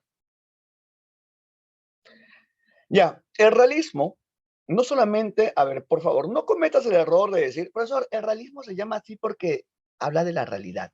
No, no, eso déjalo para un chico de Pamer. Ya, no, ya, tú eres de ADC. Así que vas a decir, el realismo es un movimiento literario que va a caracterizar más que todo por la descripción minuciosa del entorno social. Y no solamente descripción minuciosa, sino también va a empezar a hacer un análisis de la sociedad y los personajes. Sí, eso es un alumno de ADC. No digas, profesor, el realismo es una fotografía muy fiel de la realidad. No, eso déjalo para los de Grupo San Marcos. Ya, no. Ya. El realismo es un movimiento literario, ¿ya?, que va a describir el entorno social, y esa descripción del entorno social se debe más que todo ¿a quién?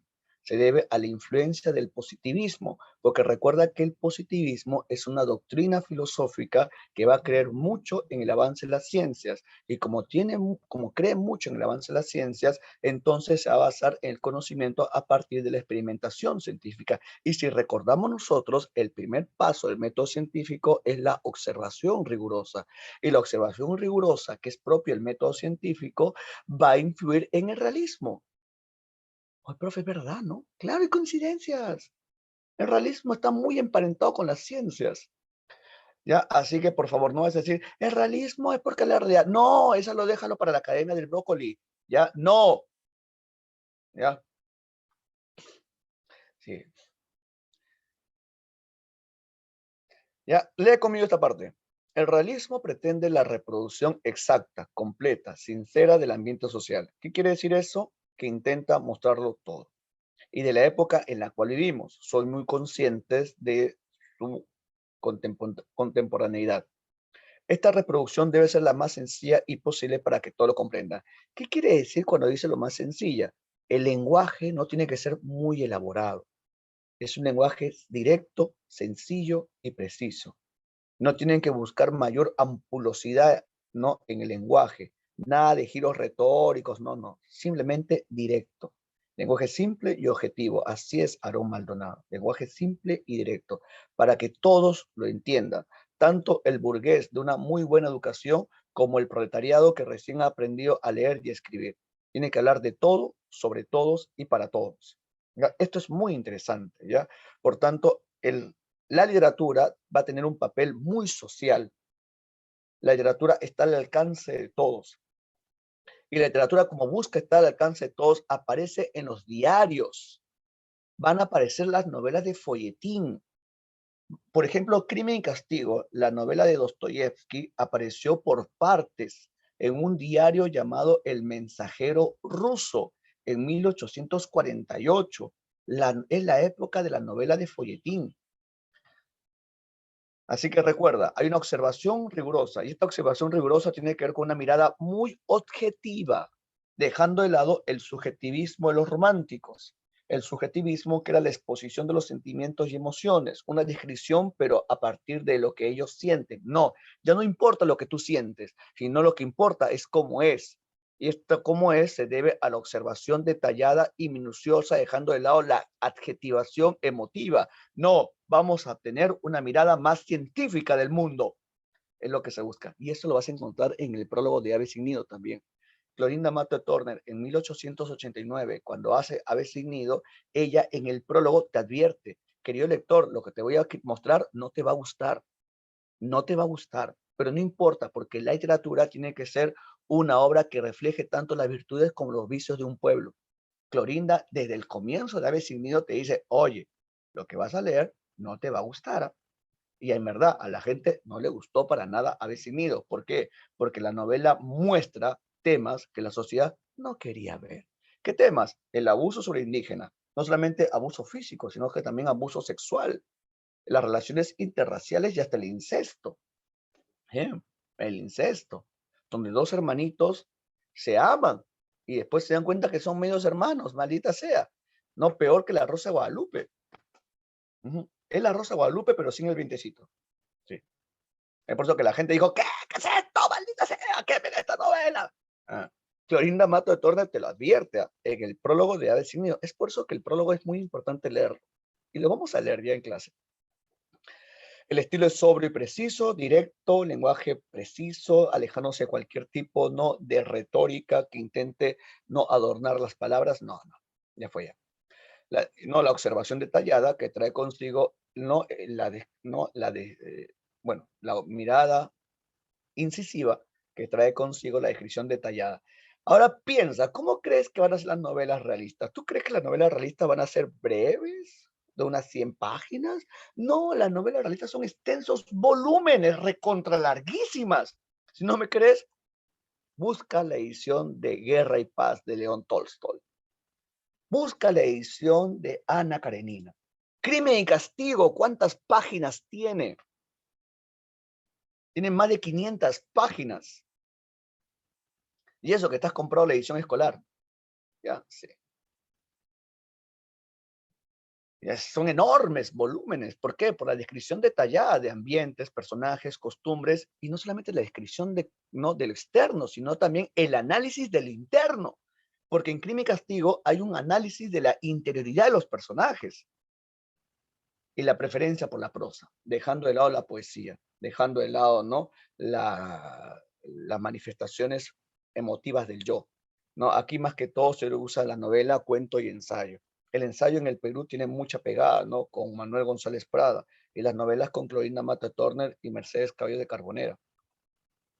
Y la base filosófica del realismo es el positivismo. Recuerda que el positivismo es una doctrina filosófica que va a creer mucho en el avance de las ciencias y cree que la única forma de poder obtener el conocimiento es a partir de la mirada objetiva del mundo y la experimentación de este a raíz de la experiencia sensible. En otras palabras, lo que dice la tía Cucha, ver para creer.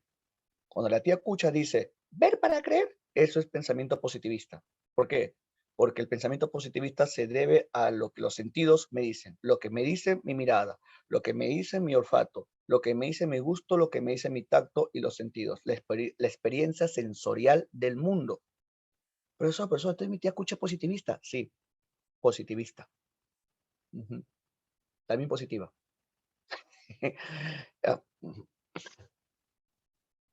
Positivista.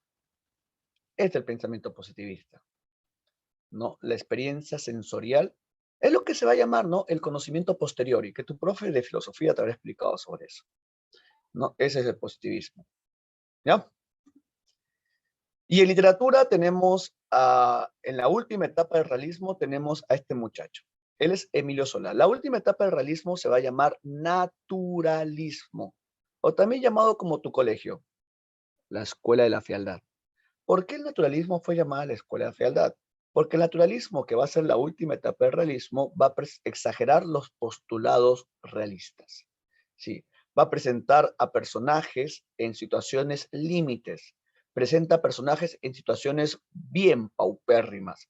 Prostitutas, drogadictos, no borrachos, hinchas de la U, y así, la peor gente de los muy bajos estratos lo va a presentar en una situación bastante vulnerable, bueno, bastante sórdidas, ¿ya? Y lo va a describir, no utiliza, profesores de literatura también, sí, gente que no ingresa a la primera, sí, esa gente va a estar narrada allí, ¿no?, en las novelas positivistas, naturalistas más que todo.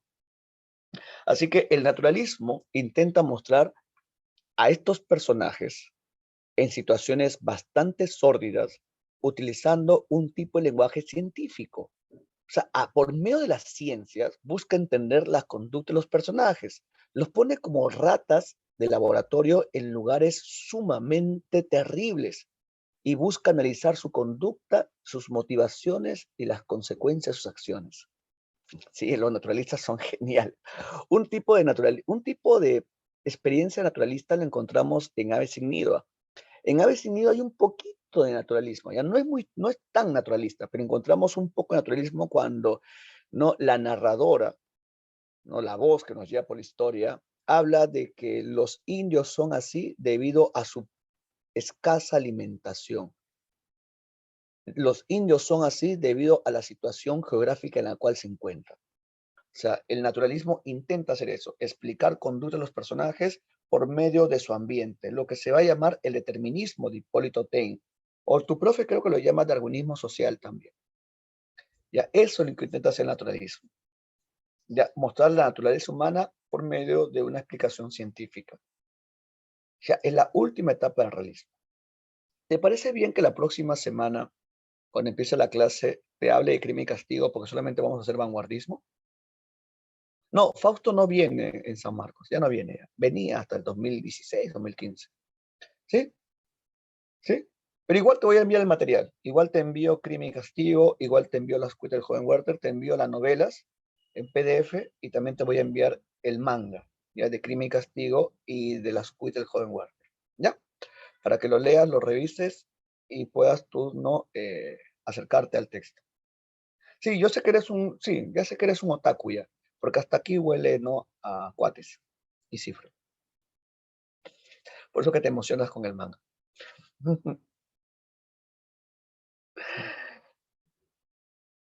Ya tienes una excusa más para no bañarte. Ya, querido salón. Aquí nos quedamos. Cuídate mucho. Ya nos vemos la próxima semana. Un abrazo para ustedes. Nos vemos, Molly. Nos vemos a Yuri. Nos vemos, Dana. ¿Se baña? No, qué aburrido.